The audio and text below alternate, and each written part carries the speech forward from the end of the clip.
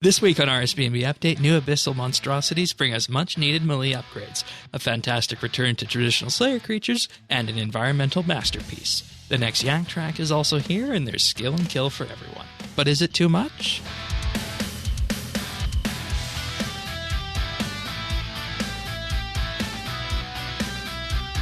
This is RSBANDB Update, episode 871, recorded Thursday, March 3rd, 2022, the Melee Asylum.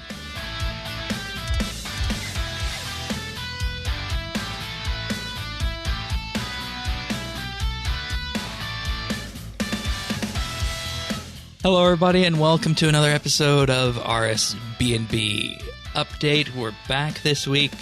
We have some new episodic content to talk about. Tanis, you're here. Welcome back. Thanks, Shane. Can be found in game at Tanis 79. Also, to discuss the new Abyssal Slayer creatures here with us this week is Thaxine. Welcome back. Did someone say combat balance changes? Hello, I have math.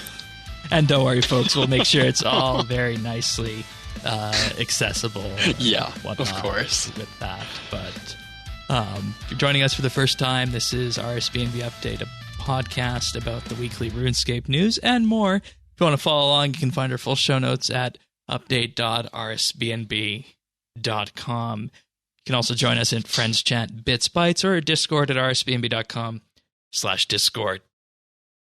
All right. Abyssal Slayer creatures. I feel like this is a special episode because this is the first episode since the second week of January. We have new content that's not Ninja or Patch Week. Yay! This is real content. Yeah, I know it is for you, eh? Hey, yeah. Eh? Tanis is a real Slayer fiend, aren't you? I am. It's been one of my favorite skills from the beginning. It's the kind of combat I can get down with, and I wasn't disappointed. Yeah, I'm glad you were able to take something out of this because I feel like last year, whenever combat came up, it was either, you know, on the side, you're going to maybe go kill some Glaciers at the Glacier front or some Nodon Dragonkin, but then, all the other combat of 2021 was all about the PVM and bosses. So I do agree with you. It's nice to kind of get back to the root of Slayer and whatnot. So that's good. Yeah, and quintessential Slayer, in my opinion. I guess what you're meaning is that it's not like a Ripper Demon? Exactly. I don't know. It's Slayer for the modern times. Like, takes into account the power creep and all the changes that have happened. In my humble opinion, because people were saying that the new creatures are chunky, but they're balanced to be handled with the EOC abilities. Whereas if you look at your traditional Slayer creatures like Abyssal Demons, Dark Beasts, and whatnot, those still very much have the pre-EOC scaling about them. But These are up there for me with like your rune like the Lords in particular, up there with your rune dragons and your mammoths and your like some of your dinosaurs. The like it's a big health pool with a single mechanic that you can just deal with, and you can just eat food and power through it if you want to. Yeah. The other ones are nice. You can cannon ray of Cam. They're like have some decent drops. It's good stuff. Yeah, and they said that. Good job with these. They said that the first one, the Savages, were designed to effectively be an AFK task. The Beasts were designed to have a little bit more interaction to them, where you might need to, use some prayers or some more abilities or scrimshaws or whatnot to take down. And then you have the Lords, of course, that were designed to be, like you said, at the Rune Dragon kind of level. So definitely something here on the spectrum for everybody. Once again, starting at levels 95, 105, and 115 for all of them. Let's start with where we've been camping or what we've been killing. What have you been? Which ones did you sample, Tanis? Well, I sampled them all, but okay. Done a lot of the Savages. They really, for me, they felt like just a modern, updated Abby Demon, which I love. I thought it's wonderful, and it's not bad money. I mean, I know for a PVM kind of crowd, it probably sucks, but for Slayer, it's pretty good. They're really good. I made 2.5 mil from my Lord task. Yeah, and Lords are probably the lower end, because they do have the chance at the drop. Like the Beast and the Lords are less consistent money because of those drops, but I mean, the Beasts are. I don't know. I kind of like them all. We'll talk about the common drops in a bit. Yeah, we will. The easiest version of that is that the Savages actually have quite a much larger number of salvage pieces on their drop table, and so the Savages are actually very good money. For okay, that explains that because they have quite a few pieces of rune salvage on their drop table. They drop fewer of the other things, but they also have significantly less hit points. So they may be, and that they don't have the uniques on their drop tables. Uniques aside, they may be one of the best actual money out of the three. Yeah, that's really neat. Yeah, that's what. Well, of course, we'll get into drops in a little bit. Thaxi, I assume you did all three. Interestingly, I only killed about 5 of the Savages because I got my soul on my first kill. Lucky you. And then I did an entire task at the Beasts because the Lords were crowded and I couldn't be bothered. And then I've done probably like half an hour or so of killing the Lords. Enough to try a couple of different combat styles and see how it goes. All right, we'll get into that. I spent most of my time at the Lords, but I want to talk about the environment here. And this was teased in a live stream of using the new point light effects, which, for those of us on macOS, we don't have access to that, RIP. But no, it looks so bad. Yeah, but if you do have access to that, oh my God, this environment looks wonderful. It does. I just, it's hard to get over that this is, like we're talking about this being a Slayer update, right? But the graphical fidelity in this is just astounding to believe that this wouldn't be something that in another game you'd see as like an expansion or something to that effect. Just the sheer detail. We said it during almost every one of the Elder God Wars fronts, but the environment team has been knocking it out of the park recently. Big ups. They did a great job with the verdant arena around Het's area, like the whole 9. They've been doing a very good job. So big ups. Tanis, how is it for you? Because I know it's a relatively dark environment. How is it for you, accessibility wise? Passable. Passable. I turned my stuff down for a little bit better contrast. Okay. But that's. I just have to. But I didn't have to go to a different skybox or anything. Right. So there's one spot near the crematory in here and the morgue where you can see the glow from that furnace running, and this is definitely where you would feel the point lighting if you had that. But the way the game is casting the shadow on your person based on the light coming out of the furnace, I just had to stop for a minute and realize that this was RuneScape, when in reality this could be any AAA game at this point in terms of the way the lighting was being done. Obviously, the character model leaves a bit to be desired, but still, the lighting and shadowing on this was wonderful. And I think that's probably going to make its way into the thumbnail for this episode. And for people watching on YouTube, I'm showing that off right now. And if you're on audio, check it out at youtube.com/RSBANDB. But I just really love the environment. Nice transitions between light and dark, and just how everything all interacts together. And it's all one flowing map too, in terms of the height. It starts off at a higher level, and then you go down into actual numerous pits. And just the way they did the map, you don't actually realize that you've gone down that far until you're actually there, which is quite something to see with itself too. So, right. Once again. And I first went in here, and I didn't realize that I could actually get to the lower area. I thought I had to get a key from the Savages because there was a locked gate, and you had to sneak around the side of it to go further. So yeah, it turns out that gate is the comp requirement of this entire area. You got to get the key from the Lords, right, and then attach that in the music track. Yeah, and then we also got the book as a master quest requirement as well. So there is now the souls. Yeah, the souls got added as a trim requirement, so you added basically one requirement for each cape, which is a good way to do that, I think. Yeah, I think so. They added appropriate things. And, there's always going to be that continuous discussion about should the Master Quest Cape have such high combat requirement of 115 Slayer. But I think we got something like 109 now currently, previously before this, if I remember correctly. No, because the drop that required 109 is the Magister Journals, which are a guaranteed drop from the Magister, but can also drop from any Slayer creatures. So technically, they only required 96 Slayer. So this actually increases the Slayer level required for the Master Quest Cape by 13 levels up to 109. Right, because you can use you could use the stew and whatnot to fight these. But true. You needed 99 before actually. So you needed 99 because you had to have 110 Slayer souls. So this technically is a 10 level increase. By the time you actually obtain those souls, it's probably a 4 to 5 level increase. Not huge, but it's a lot of Slayer that they added onto Master Quest Cape. Yeah. All right, let's dive into these then, because we've talked about the environment and we've talked about getting there and whatnot, obviously. So I think with this, we should just start off talking about the launch of the creatures on the day of. And there are so many people wanting to fight these that they did something that they hadn't done in a long time. They had to hotfix in an instance cap on the Senntisten Asylum so that in each instance now there can only be a max of 6 players because everybody was in there crowding it out. And this will be in place until March 27th. I hadn't seen the end date on it. Yeah. Oh, that's good. Mm-hmm. I like that a lot.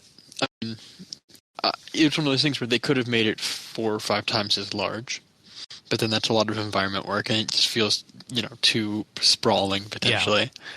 Yeah. The instancing, since it seems like it was something they were able to put together pretty quickly, seems like a great solution for a lot of the crowding that's been going on. For, new updates, everybody wants to come and play to reclaim their capes, to see the new toy, right? And this that seems like a good way to do it. I was worried that they were going to solo instance it, which would make co-op Slayer really challenging. Just would have been too quiet, Right. 6 players, you still get that feeling of like, oh yeah, people are here. This is a living part of this game.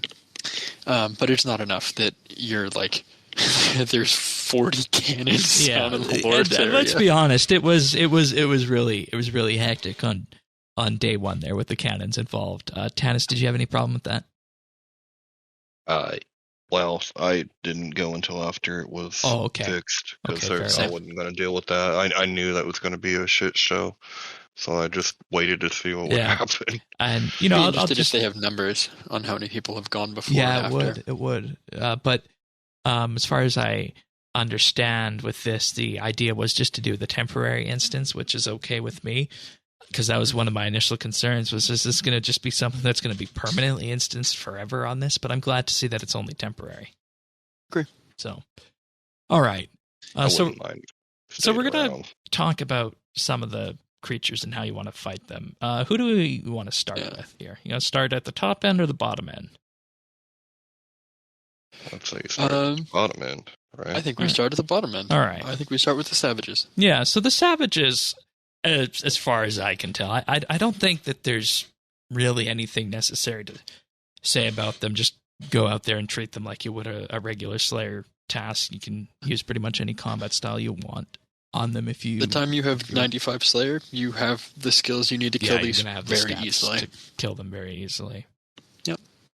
Beasts, I didn't fight these, so what do we need to know about these? I mean, you can soul split them up to 1 or 2 at a time. More than that, you kind of need to have Protect Melee on. Obviously they all drop ashes, so if you have your Ectoplasmator on, you have Infinite Prayer to use Soul Split and your stat boosting prayer. If you just wear a Demon Horn necklace with an attuned Ectoplasmator, which is really nice, it's convenient, makes one of your resource grinds much easier. Drop the Helm, worth noting. Yes, the Helm. Otherwise, they're 30,000 life points. These feel to me. Like damage-wise, these feel like Ripper Demons to me. Oh, really? Obviously, minus the special. It's the special. Yeah, maybe a little less damage than that, or maybe some of the early level dinosaurs or Vileplumes. They're very much on that kind of a range of these will hurt you if you try to attack multiple of them at once. But if you do one at a time, you can soul split it and just kind of vaguely AFK. They have a nice aggro.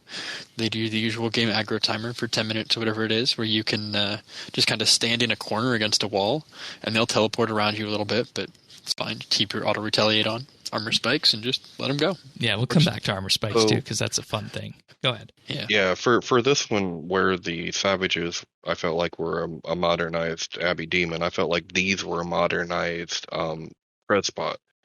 Where you don't go down there and, or at least I don't, run aggro, so I'm not hitting all of them because you'll get your ass kicked. And so this, I single them, right? But I'm not ashamed.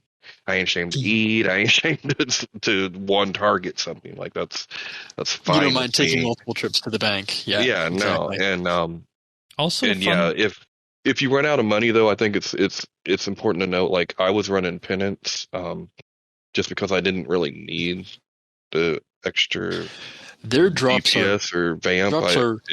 It kept my prayer up for just doing soul split with the soul's amulet. And like we mentioned earlier, their common drops are really nice. They drop, like, I think there's a thing for a lot of the stuff down here that, like these drop onyx bolts.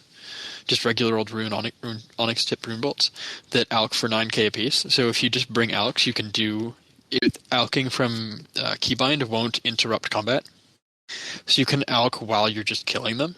It's really nice. Just get some passive income. A little bit less AFK, but interesting. Frees up an inventory slot. Another fun thing with these ones is that if you're on an Abbey Demon test, they'll take your kill count down by 2, whereas the savages will take it down by 1.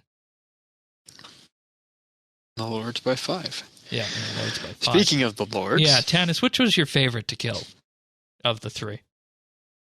Oh. I think the nostalgia of the savages wins me over. But then again, I haven't had the thrill of one of those big old 150 or 400 mil drops. Oh, no, which might change my mind. They're not that high. Did they drop? Yeah. Whips at the time of recording, whip is about 300 and helm is about 105, 110. Okay, so yeah, I mean it dropped some, but that's still a hell of a Slayer drop. Yeah, it's a nice payday. It's a nice payday for sure. I mean, the wiki is saying the whip rate as of right now, based on their drop data, is 1 in 1,000 to 1 in 1,500. Oh, so my God. We were thinking 1 in 2,000 on release day, but yeah. I mean, if you think that a task for these is to kill 60 of them, you'd still have to do like 15 tasks to get a whip, but I mean, that's 2 whips a month if you do a task of these every day, of the lords every day, so 2 whips a month is 600 mil a month. That'll pay for your bonds. I wish this was around when I was going for 120 Slayer, honestly. Oh, yeah, I bet. I bet. It's hard to pick a favorite just because, like, I think they did a really good job at making them. The amount of effort I want to put in defines which one is going to be my favorite on the day. That's my opinion on it. I like the beasts, I think, overall, because I like that middle ground of like vaguely AFK-able, but like I can still flex my skills but not have to pay too much attention, I like that. All right, let's move on to the lords. 115 Slayer required, of course. These will take your kill count down by 5, and they have a tentacle attack that will deal a good deal of damage to you, and you definitely want to kill those tentacles as soon as they spawn. I went there and tried to range these things, and honestly, I think the best way, and what everybody seems to have defaulted to with this, is that if you're going to try and kill the lords, it's best to probably use some sort of cannon to take out the tentacles, and then just have you doing primary damage to 1 or 2 of the lords around you at the same time. Old deck coils, especially upgraded old deck coils, should one-shot them. They've only got 750 life points. So yeah, my standard old deck coil was one-shotting them, so it was fine. The flurry ability or any AoE really. No charge time detonate probably would kill them. I was also using blood magic as well, and I still had to eat some sharks through it. So the lords are definitely a task where you're going to be focusing on and trying to you can't AFK lean these. Forward combat. Yeah, no, you probably. Can't. My opinion on these were like, if you like Corp, you'll love the lords. They feel very similar to Corp too. Corp's got 100,000 life points. Damage by yeah. That's similar interesting. Damage. Interesting. Good comparison, actually. Yeah. All right. Corp, the Slayer monster. And talking about ways that people have killed these, right? Yeah, you've got your, like Shane was mentioning, you've got your standard animate dead, all that coil, blood magic, and throw in a vamp aura, and you can kind of just maybe that's your AFK situation. It is. Something that I've been asked about this week that I think is worth mentioning is the Abyssal Bane equipment. Just mentioning, right? There's bolts and arrows. There's the swords, and there's a shield. And each of those things has a slightly different mechanic, right? The bolts have increased accuracy and damage. The swords have increased damage. And the shield has a reflect mechanic on it. And so, I mean, the way that you think about this is that the bolts are tier...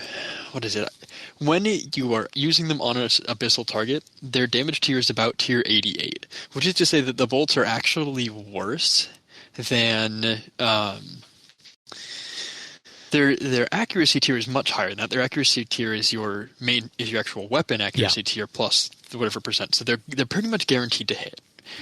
So if you're on an abyssal boss, because the bosses have double the defensive values versus like a slayer monster, right? These are slayer monsters, so their defensive values, you don't need the extra accuracy. The bolts don't. That accuracy bonus doesn't matter. But the damage bonus, they're tier 88. You're going to be better off with Ascension bolts or similar if you're trying to range these.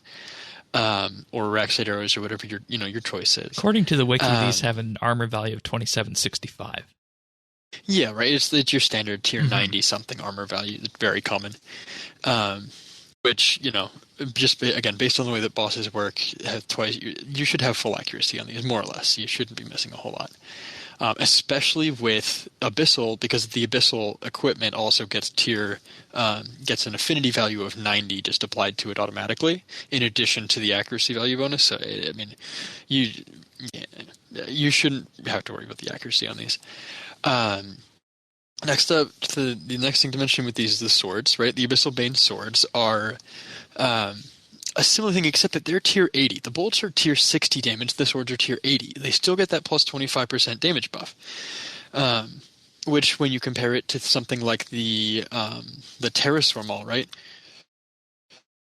Terrasword Maul has... I'm going to just triple check to make sure that I'm not lying to myself here, but it's, plus 12.5% damage. So this is twice as much damage bonus as the Terrasword Maul. So these are going to be slightly higher than tier 100 damage.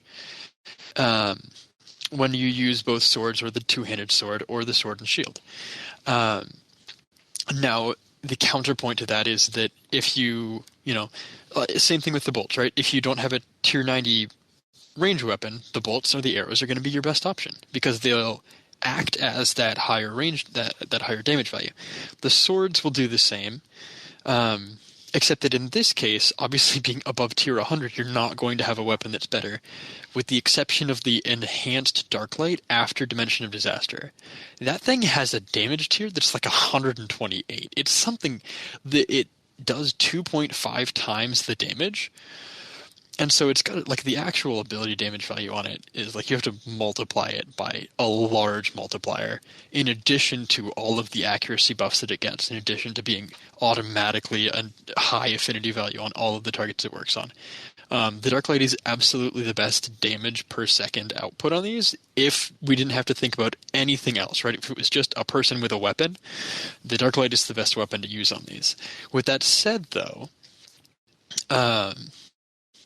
that also depends somewhat on your offhand. And the thing to note with these is that you have to use, again, both swords if you want the Abyssal bonus. So you can't use your Dark Light with an offhand Abyssal Bane sword. It won't do anything. You're better off with the Drygor or, a Fury Blade or a Ripper Claw, whatever you're going to do for your offhand. The last thing that I'm going to mention, so effectively what I'm saying is that both of those Abyssal Bane options, you have better options and you probably shouldn't use them. With that said, the third item is the shield. And this is one of those things that shields, switches, that's... This is, I think, where we want Tanis's opinion. Yeah. So here's the thing about the shield. Shield has a reflect mechanic. Every time you get hit, it does half of your current defense level, including boost. So if you're at 120 defense, it will reflect 60 damage with your Elder Overloads, 56 with your regular Overloads, or 56, I think. And every time you get hit by a creature that's susceptible to it. Which, on its own, that's nothing, right? 60 extra damage when something hits you every 4 ticks. That's like, 60 times 25, whatever, 1,500 damage a minute or something. That's a joke, right? Not worth using the shield over something else. The thing that makes it potentially worth using here is actually something that's not been used in a long time very many places, is the ability called Revenge. It's in the defensive spellbook. What it does is, once you activate it, it's active for 20 seconds, and every time you get hit during those 20 seconds, your damage goes up by 10%. Normally, your offhand is 1/3 of your offensive value. What that means is that when you hit 5 stacks of Revenge, once you've been hit 5 times, your main hand, just using a main hand and shields, you can still use defensives and everything. You're still doing more damage than you would do if you had main hand and offhand equipped. Now, this is only ever used in situations where you're getting hit very rapidly by things. Which brings us to these Abyssal Lords, which summon these tentacles. Now, there's 2 parts to this, right? You want to get the tentacles out of the way because they do a lot of damage. And you want to be doing a lot of damage to your target, or at least mitigating a lot of damage while you have this up. So the shield allows you to use the reflect ability to send some damage back on your targets, and the revenge ability, which allows you to do more damage. So you can be doing effectively 133% damage by using the revenge ability with the shield every time those tentacles come up, because the tentacles will kill themselves on your shield, because the reflect value from armor spikes doubles when you have a shield on. So your armor spikes will reflect 198 damage, and your shield will reflect up to 60 damage every time you get attacked. So with the reflect ability on, you'll also reflect some damage back. So in 2 to 3 attacks from these tentacles, they will kill themselves while you're still focused on the Lord. And you're suddenly doing extra damage to the Lord because you were attacked, and you're mitigating extra damage. Now let's talk about the fun part about what your main hand and offhand setup is going to be when you don't have a tentacle out. Well, I mean, main hand and offhand, you're just using the Dark Light through this entire thing because Dark Light is busted. Right. And just offhand, you can use Dry Gore, you can use any of those things I just mentioned, right? You're just normal melee offhands. Yeah. And then you switch. You could do something similar with a defender, even if you wanted to. If you wanted a defender camp, just know that it will take longer to kill those tentacles, so you will probably take more damage in the process. But that's the thing, is like that Abyssal Bane shield does that extra reflect damage. It gives you access to the shield. The revenge ability is really good here because it will then kill those targets that are attacking you and just leaves you doing extra damage onto the Lord. I tried this out today, and it was just a ton of fun to whenever you see tentacles, you put on your shield, you use revenge, then reflect, and you just let them kill themselves. In about 4 seconds, they're dead, and you now have 15 seconds where you're doing extra damage onto your target. It's really cool. Big fan that's a thing that you can do. And also, it's not something I see other people doing, so if you don't feel like Oldat coiling, you don't have it unlocked, whatever it is, get yourself an Abyssal Bane shield. They're about 500k. Then even if you had Masterwork as well, you could rope that into it to bring some of the damage down as well. So I like that idea. I'm going to give that a try next time I go there. Try it with that combat style. I wish you could just roll with it all the way through. It would be kind of neat to have sword and board relevant. Yeah. I think you could. I think if you threw on even like a tier 70 defender, just a Barrows defender, you can use neither reflect nor revenge scale with shield tier. So you could use a tier 1 shield and get the same benefits as you get with the tier 80s. I just mentioned the Abyssal Bane because that extra reflect damage guarantees them killed in 3 hits with armor spikes. Even normal armor spikes, right? Not the alloy ones. But you could do this with just even your dragon defenders. It would totally work. And your damage drops by 1/6, slightly over 1/6 actually. It's almost 20% if you use a tier 70 defender versus a Drygore. But that 20% damage, you can also mitigate a lot of damage by having this on. So it's very much a find the balance that works for you. I wouldn't judge somebody for coming to these with a defender camp, actually, because of that reason. Because whenever those tentacles spawn, you reflect revenge, and suddenly you're hitting like an absolute truck. So how do you feel about this now, Tanis? Because I know we were talking about whether or not you would feel fine with the shield switch involved in this. This was probably the only case where I would consider it. Yeah, I mean, I would consider it, but I'm actually more intrigued with the idea of being able just to using the defender. Yeah, I mean, it's an option. But yeah, that's my. I mean, and again, the reflectability reflects half the damage you take, so the tentacles will kill themselves in 1 or 2 hits with that, anyways. Even if you probably didn't have armor spikes, so maybe it's overkill. But hey, we like overkill. It's a ton of fun, and Melee has the adrenaline to use it now, which we'll talk about in just a second. Yeah. But also, to move us along, unless somebody's got something else on that, I wanted to mention the common drops before we talked about the uniques. We definitely need to do that, because somebody in this wanted to see an infusion of Wine Zamorak into the game from the Lords. Boy, did we. Also, we got Dwarfweeds, Lantadimes, Cadentine, Toadflax, Avanto, and Irrit. All grimy. What are your favorites, Shane? I know. At this point, I'm basically farming Spiritweed.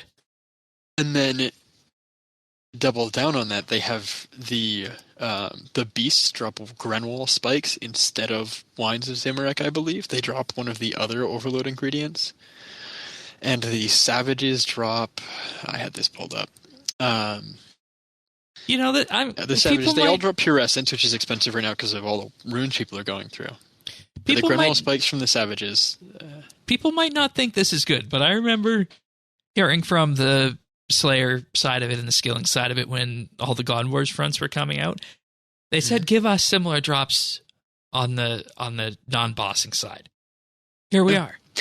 I mean, here's the deal, right? Is like you've mentioned before, Dennis, is that you should have things that come from skilling should continue to come from skilling as much as possible. Things that are used in combat should continue to be coming from combat, right? All of the supplies for your artisan skills should come from your gathering skills. But the things that you use for combat coming from combat seems like a good alternative to that. And effectively what they're doing is they're just throwing a ton of overload supplies at us and some like mud runes and soul runes and pure essence. Like they're adding in like the runes that are being used for things. They're doing the supplies that people don't want to gather anymore. And I think that that's very needed. I think they've done a very good job with these drop tables. The only issue I have is the amount of gold on these drop tables, both in literal gold, in that like the lords can drop 50k to 140k just straight coins. and of course, obviously, all of the like alchable bolts and bolt tips and all the salvage, especially on the savages. It's a lot of money.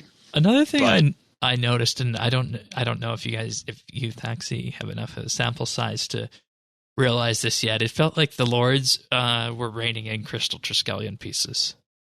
No, I didn't have a chance to do that. Also, okay, let's be fair and frank about the value of a crystal Triskelion. Yeah, it's like 150k. Yeah, it's not unless you get it's not good, but it's always just been a very uncommon drop. And in the 2 days, I completed 2.5 keys just from doing this.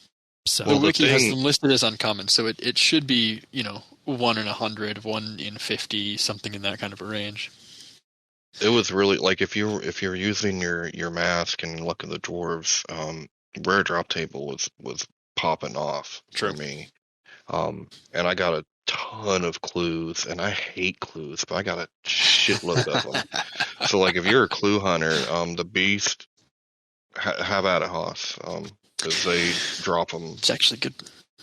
The other thing to mention in that similar vein is charms. They're not a great charm dropper. They have a very similar charm table to Abyssal Demons, where about a third of the time they'll drop a crimson charm, but the other charms really low chance, almost no blue charms. So they're not a great summoning. Which again, we have the Arc Glacier now, our Lord and Savior of summoning. Why would we need anything else to drop charms? But yeah, these aren't astounding charm droppers, and they don't need to be, given their drop table is plenty good. So I'm fine with that, but it's worth noting. All right. So let's get into what everybody wants to hear about, the Jaws of the Abyss. We got to talk about this one first because I honestly feel like this is something that's undervalued on its current exchange price. I mean, it's a Slayer drop. It's probably where it should be, but I feel it's worth way more than it is right now. I had mixed opinions about this when it came out. Let me just say what it does first, and then you can say what that is. Yeah, let's do that. So this is the helmet, the tier 85 melee power helmet. When you wear it, all bleeds that you put on your targets will increase the adrenaline gain by 2%. It's specifically all damage over time, not necessarily bleeds. Oh, okay. And it's 1% in PvP. And people were saying that we needed a way to raise adrenaline when we were using melee. Here it is. This is it. They did it. Boy, did they do it. Anywhere that I'm going to be using my masterwork now, I'm going to be using this helmet. Yeah. I mean, I think I really like the design on this, right? When it came out, I had mixed opinions on attaching like Melee's adrenaline producer to a big like one purchase item, right? You just have this thing and it works. Obviously you have to repair it, but that's, relatively chump change. Yeah. But then, thinking about it, it fits very well into the theme, the historic theme of melee items, which is like God Swords, right? You buy the thing once and it's expensive, but then you have this really good thing, and then that's it. You just have it. You don't need to upkeep. There's no the magic and range equivalent of this are Insight, Fear, making Tsunami an ability you can use to produce a bunch of extra adrenaline, and range having Hydrix bolts, right? This is the melee equivalent of that, where like instead of being consumed, it's just an item you have. That feels very melee to me, and I wasn't sure, but I think I like it in that theme. Oh yeah, I think it's a no-brainer for anybody who's going to be doing Slayer. You can say something more nuanced now. I mean, it's a no-brainer if you're doing melee and you're not using this, and you can afford it. You've made a mistake. 110 mils right now, and I think at this point, coming into this discussion, at this point, Tanis, would you purchase this right now based on what we've been talking about? I don't even know how I much wouldn't purchase it, but I would hunt it. Okay. Yeah. So, total tangent. I actually did get one of these on my fifth kill on task, but still. Good for you. Yeah, I just bought two of them, one for my main, one for the alt, because they were 110 mil at the time, and I said they might drop further, but this is worth it for me. And I imagine there's a lot of other people that have done the same, and that's why it's stalled price where it has. I think it'll probably land in a similar place to Cinderbane's. If I had to guess, based on the drop rate and the number of people that are going to do this as a Slayer task. Potentially a little higher, because people might prefer the Lords over these once they get the Slayer level to do so. Kind of hard to say. And of course the deal with this, kind of like the deal with Cinderbane's, is like you want to use this.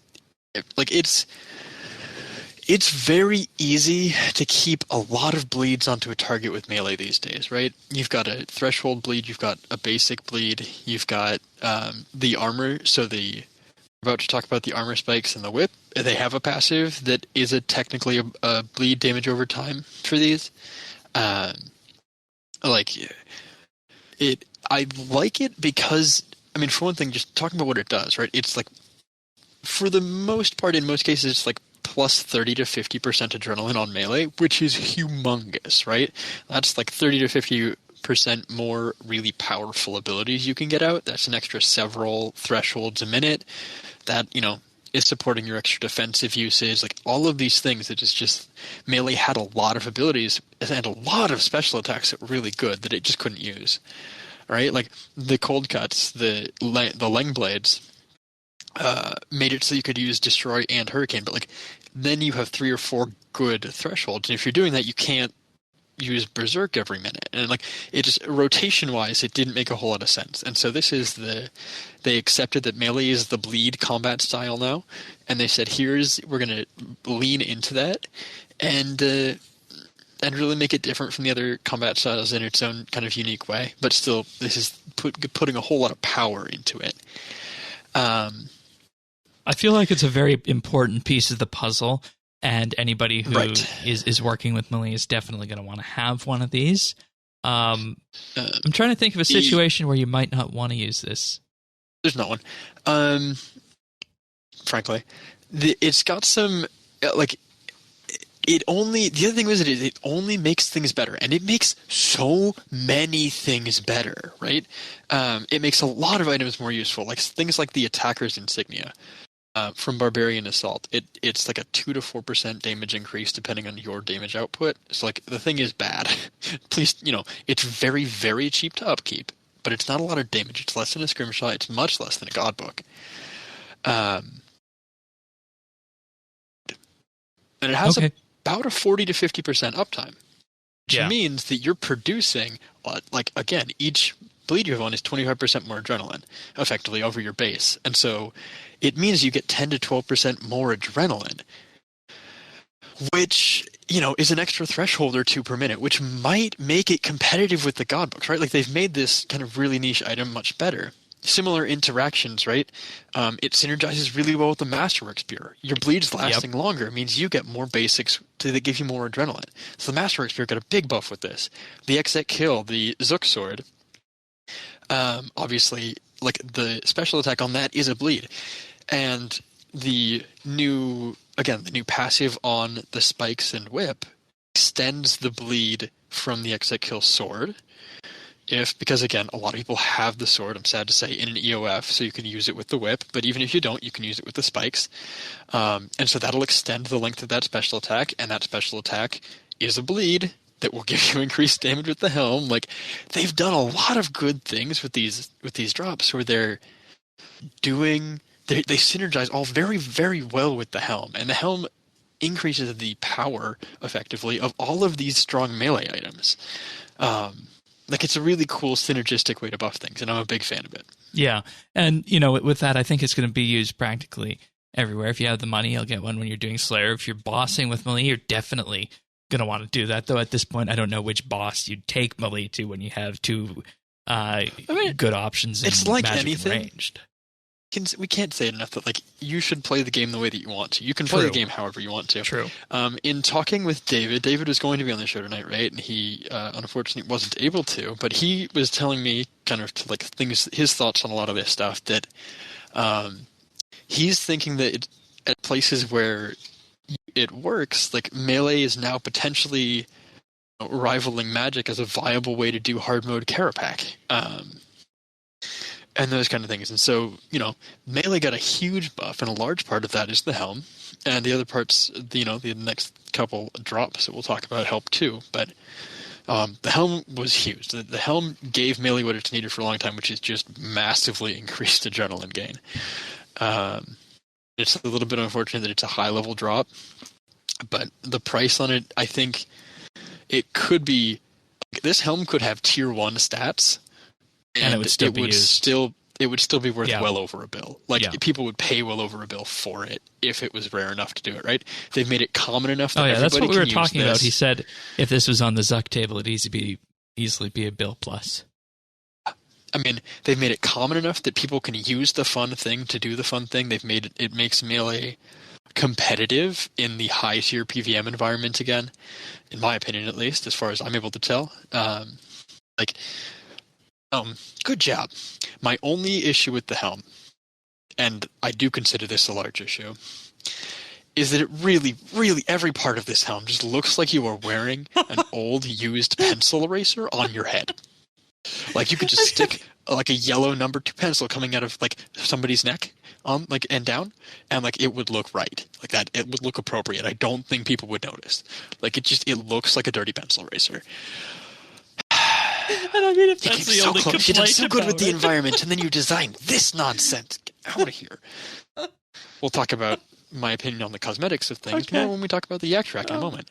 All right, Tannis, anything else on the helmet? As a Slayer aficionado on this? No, I mean this helmet. I mean, it just feels like a lot of modernization of things that existed, prior.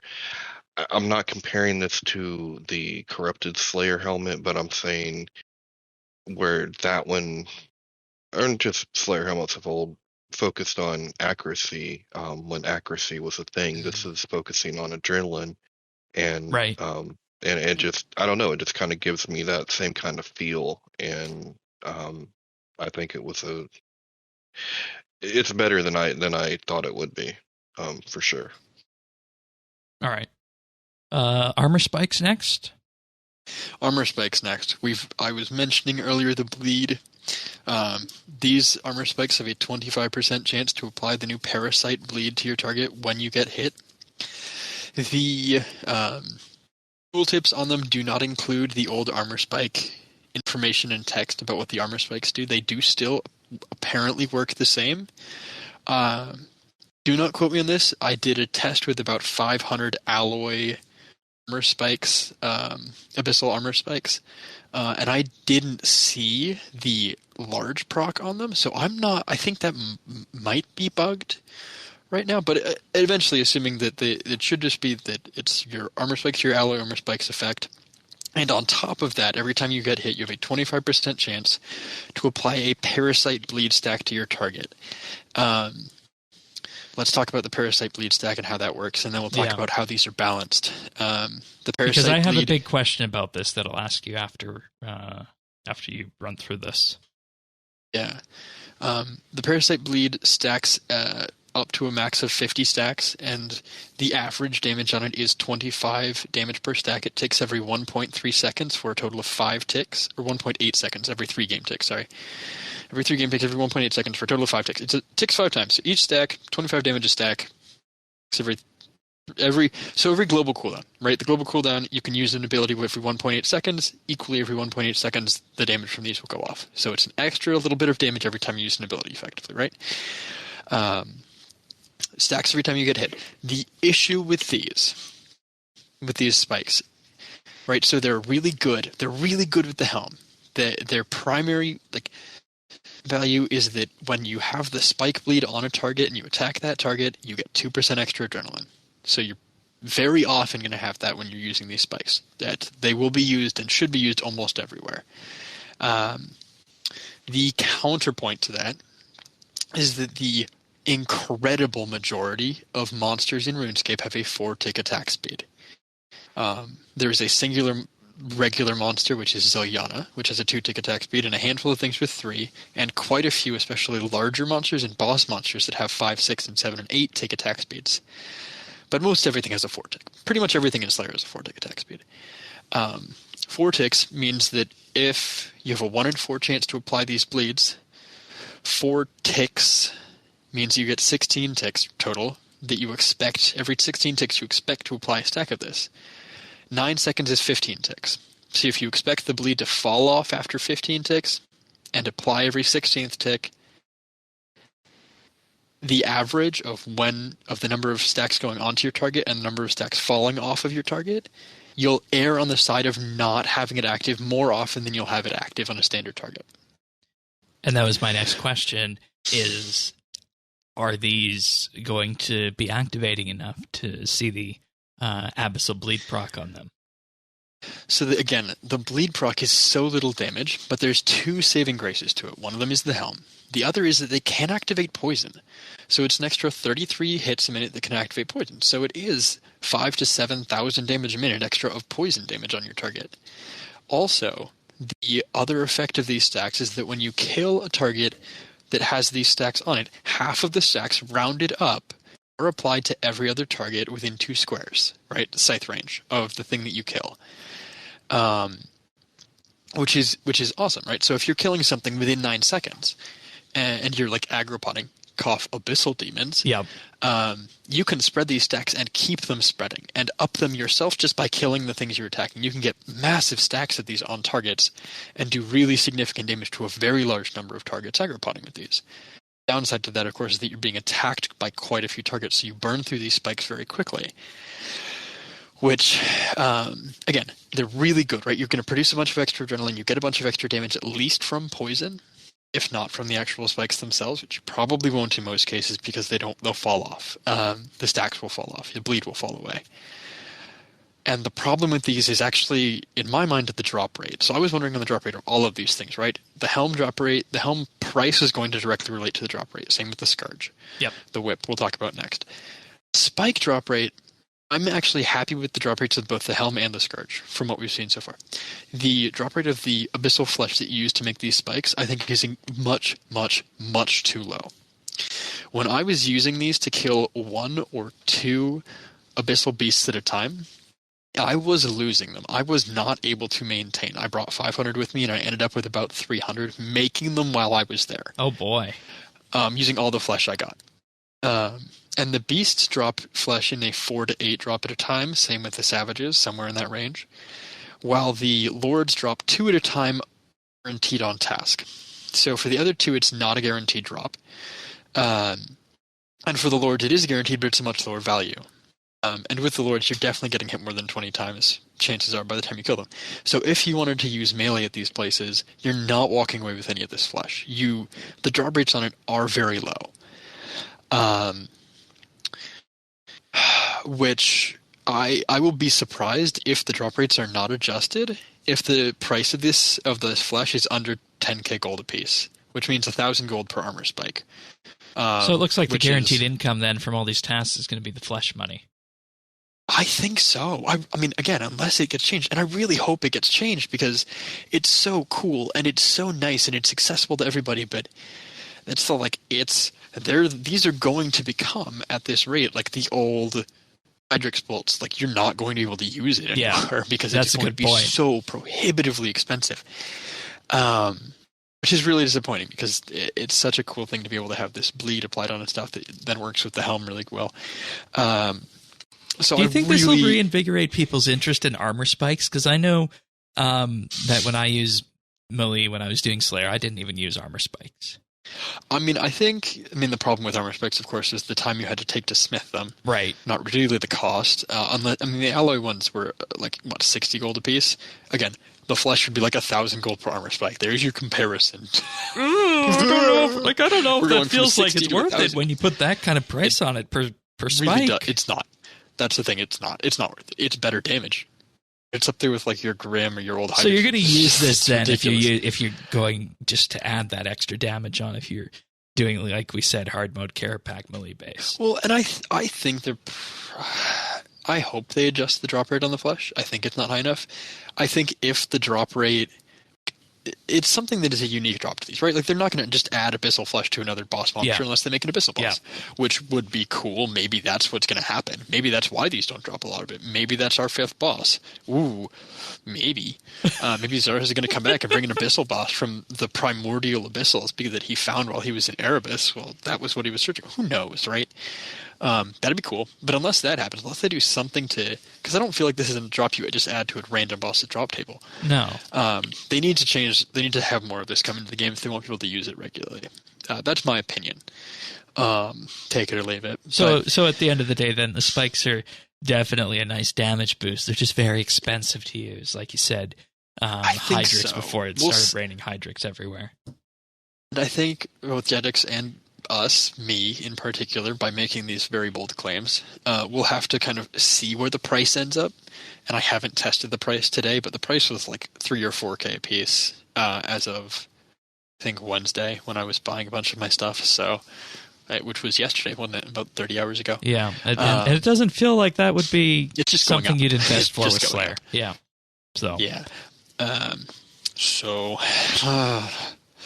But I would love to use them. They'd be great for Slayer. Right, and I mean, if the price did come down, you can absolutely see that. But on the other hand, this is a nice payday for Tannis right here if you go do your Savages. I mean, I think the price on them would be balanced if you dropped a much larger stacks of flesh and they cost about 600. I think, 500, 600. I would like to double the price of alloy armor spikes. I would like these to be a similar. You go from regular spikes to alloy is similar prices going from regular spikes to Abyssal spikes. I think that it should be 600 to 700 gold a piece for flesh. That's what I would like it to land at. And if that means that they have to times 10 the drop rates on these, which I think it does, to be clear, then that's what they have to do. But right. Whatever. Tannis, any questions on these before we move on to the Scourge? No, not really. I mean, I thought I was, doing pretty well with the Savages and getting the flesh, but you use it so fast. Yeah, I mean, issue. Right, and I hadn't even tried using the spikes, so. Which, again, before we move to the Scourge, important to note the spikes are very good when combined with the Scourge, so let's talk about that. Indeed, let's. The Tier 92 whip, everybody's always wanted a whip that can be used at the very high end. You can use this now if you wanted to do dual-wield setup with one of the offhand cold cuts from the Glacier, or an offhand Kopesh if you wanted to keep it at Tier 92. But, I mean, let's be real here. You're going to be better off with one of the cold cuts. So we're looking at about 300 mil-ish right now for this as of recording on Thursday. Tier 92 main hand weapon has a chance to apply for each melee attack, it will apply the Abyssal Parasite stack. You can stack it up to 50 times with this. And when you, of course, kill the creature, that parasite spreads to adjacent targets. So, I mean, there's so much. The interaction work on this is so much to unpack. I mean, let's do a quick thing on how it works, right? It applies this to parasite stacks up to, again, a max of 50, same as the spikes. This is the problem. What this means is that you have to be attacking the same target for over a minute to fully stack this. If the target's attacking you, you get a few stacks from armor spikes. That's going to help with that. It's going to decrease that time somewhat. Even if you have a large stack of stacks transferred from an adjacent target, you can make sure that you lure your previous target next to your next target before it dies, if you put in the extra effort there. And maybe it'll be half a minute to stack this, but there's not a lot of things that you attack for that long in this game. Hard mode Carapac. Hard mode Carapac, and Carapac is a great place because he can't shed stacks. He doesn't have any vulnerability mechanics. He doesn't have any phase change mechanics. The wiki actually has a list of the Abyssal Parasite hit ranges. For 2 stacks, you're looking between 37 and 62. You go up to 10, it's between... It's 25 per stack. It's 25 per stack. So 2 stacks is 50, 3 stacks is 75, 4 stacks is 100. It averages to that value. Yeah, okay. Don't need to terribly overcomplicate this. At 50 stacks, you're doing 1,250 damage on average every time it hits. Maximum 1562. Correct, yep. So 900 to 1,500-ish. No, I did that math wrong. No, I did that math right. 1,000 to 1,500-ish on average. There we go. Yeah, 950 to 1,550. It ends up to 1,250. Again, the stacks are really nice. They're a bleed that you can use with the helm, so you don't need to use your expensive armor spikes. You've got the whip. That bleed damage, again, 1,250 every 3 game ticks. Over the course of a minute, it's 33 hits of 1,250, which is, almost 40,000 damage. Yep. That's like a 10 to 20% damage buff depending on your damage previously. That's what that is. That's humongous. That. Add that on top of being a tier 92 weapon, and this thing is disgusting. It's so powerful. And in addition, you're guaranteeing 2 extra adrenaline every basic ability because you've always got parasite stacks on your target. You can't not, except for maybe the first attack on something if you didn't kill something else near it. So, big, Scourge good. Yeah, this honestly really excites me about the melee combat style. I've always felt that way about Magic, but I just went with ranged because that's just a nice, even middle-of-the-road approach. But melee starts to look interesting in some of these cases, but the problem that always comes up in my mind is I can't think of where I would use this. So, I mean, it's for people that like melee. And the other thing I want to mention before we move on is that, this, we have to compare this to other melee weapons, right? We have to compare it to other things, right? We've already said the Masterwork Spear and the Zook Sword got kind of buffed by the helm because they do fun things by giving you more or extending your bleeds. The outlier in our high tier melee setups are the poor Kopeshes. Sorry guys, you're still out of luck. And the Leng Swords, the cold cuts, right? The Leng Swords, this whip is where the Leng Swords come in. And again, this is one of those things like, I'm telling you to use an incredibly expensive thing just for Slayer. Sorry in advance. Like, the Leng swords, because the Leng offhand allows you to use Hurricane or Destroy, dual wielding, even without the main hand, right? You don't need the main hand to get that passive. That's just on the offhand. The tier 85 or 95 versions both have that. What this means is that you can use Hurricane. So if you've got multiple targets around you, you use Hurricane. Every one of those targets now has a Parasite stack on it. You interested yet, already Tannis? taking damage. Oh yeah, I'm interested, but I'm a melee guy. This is melee. This is melee. I mean, that's this is the main hand Cold Cut is being outdone right now. Sorry, Sword of Leng, but the offhand Dagger Blade of Leng, the stabby one, is for at least AoEing for Slayer, really good with this. I mean, you put, again, we're going to talk about things that are worth a lot of money. I'm sorry in advance. You put a Dragon Halberd sweep effect that hits twice everything in front of you. You get 2 stacks on everything in front of you when you use that. Same thing with the Flurry ability. Stacks on everything around you. And Hurricane stack on everything around you again. You can massively stack up things around you, and then you kill the target in front of you with all of these stacks on it. And again, if you're AoEing a group of stuff, you can create massive things. And again, 40,000 damage a minute. You're going to that is enough to one-shot so many Slayer monsters that this thing is going to be so good for AoEing large stacks of monsters that have any amount of, any vaguely chonky amount of hit points that you can kind of stack up. So let's talk Slayers. And, we're talking obviously more chonky than regular Abyssal Demons.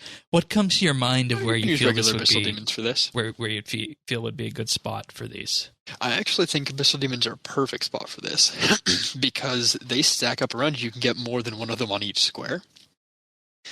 So those Hurricanes and Flurries apply those big stacks to everybody. And then when they all die, again, 2 square radius, so everything that's within a square of you, all those Abyssal Demons attacking you, then get these extra stacks. You could probably, I think it is reasonable to say that you could maintain 30 plus stacks on Abyssal Demons just by killing the ones around you, because the ones you're attacking won't get such high stacks. Now let's say you're coming into this from the Slayer use case, and sure, we're still talking about a very expensive Slayer weapon here. Let's just keep that in our mind, everyone, for this. What would be the benefit? How would you convince somebody to abandon their Scythe or Laniakea for this? I wouldn't. Okay, and that's where I landed as well at the end of it on the Slayer side. Though, no, and actually, I kind of take that back, because this is the way that melee has been set up, kind of from the beginning, is that two-handed has better AoEing ability, right? If you want to use a two-hander, if you want to kill a whole bunch of targets at once, you want to use a two-hander.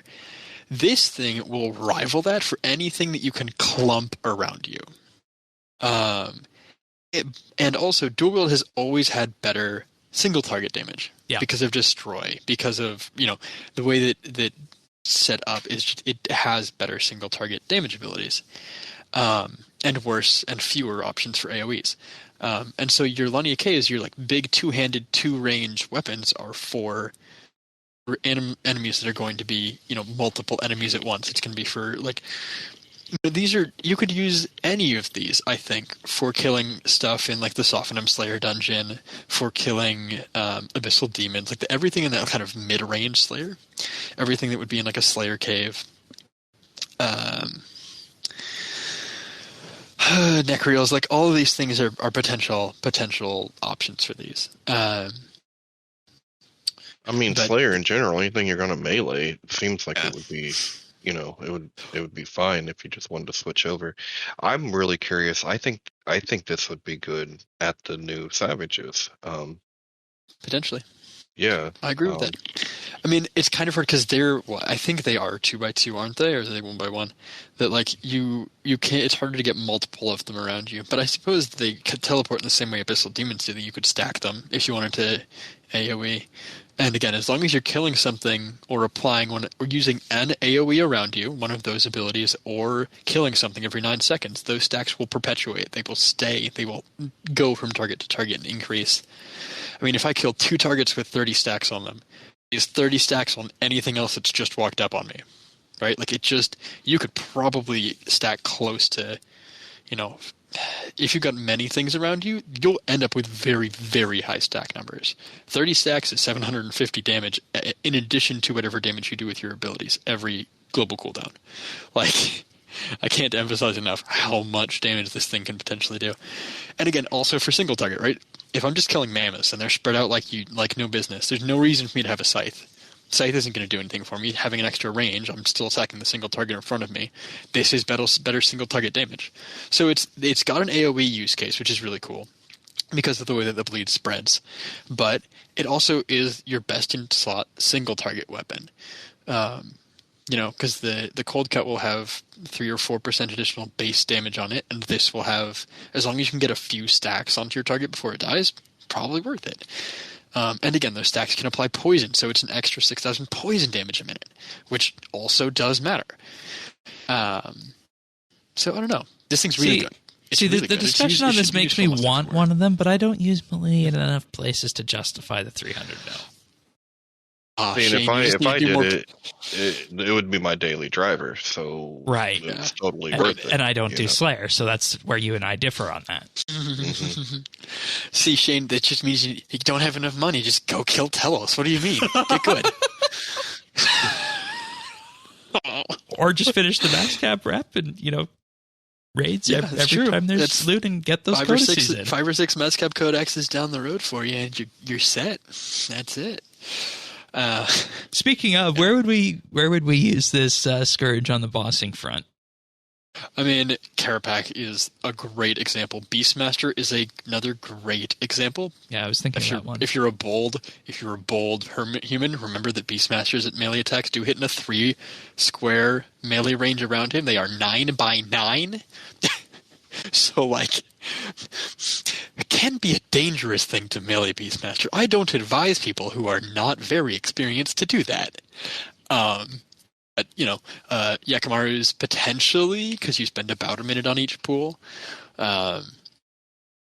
Again, if you have anything like a jellyfish, if you add additional damage dealer monsters that spawn from the thing, you need to be a little careful in terms of, can I kill this within 9 seconds, or will it drop the stacks off of the main creature I'm attacking? Yeah. Because you need to manage those stacks. It's situationally, I mean, again, reminder, it's a tier 92. It's good everywhere because it's just a tier 92. It's better than a Drag. It's a good melee weapon on its own. The bleed will make it extra good at Carapac and Beastmaster. And I didn't get this from David before he left for the day, so I didn't get to ask him if this would push him into melee anywhere at any point. But I would guess mentioned that he might use it at Carapac. Yeah, obviously. It makes melee. The thing is that it makes melee damage viable, right? Yeah. It's if you want to use we're talking melee, about and you can get one of these with the helmet as well. Just so everyone's clear on that. That's assuming. Yeah, for the last month or so, or last couple months, Mage got brought back into the meta by Carapac, and the drops that he made, and then Crypt Bloom made Mage even more use cases. Melee's use cases have gone down, and for the people that love melee, you could still use it, but if you brought it to your high-end bossing teams, the elitists in the group would look at you with side eyes and be like, all right, I know it worked once, might as well keep using it. Nobody's going to actively flame you for it, but everybody's like, you're making a choice. I respect you for playing the way you want to play, but also, some people don't respect you, and that's not great. This makes those people say, oh, Helm? Good, bro. Go get him. Right? This is the thing that brings it up into kind of a very similar level to where the other combat styles are. And again, we can argue about which one's the most powerful, but the bottom line is that they've all had so much power creep since we've had something that truly pushed the limits of what we were able to kill that, all good. You can use whatever you want now. There's nothing looking at you that's like, oh, that's what you're doing? That's you and you're reasonable, though. That's you and you're reasonable, though. Who says that? No. People will now, the people with the fractured staves will still laugh and giggle because the fractured stave is broken. Well, they pay the rune cost for that. Well, people use air spells. You see a lot of little cyclones flying out of people these days. I don't judge.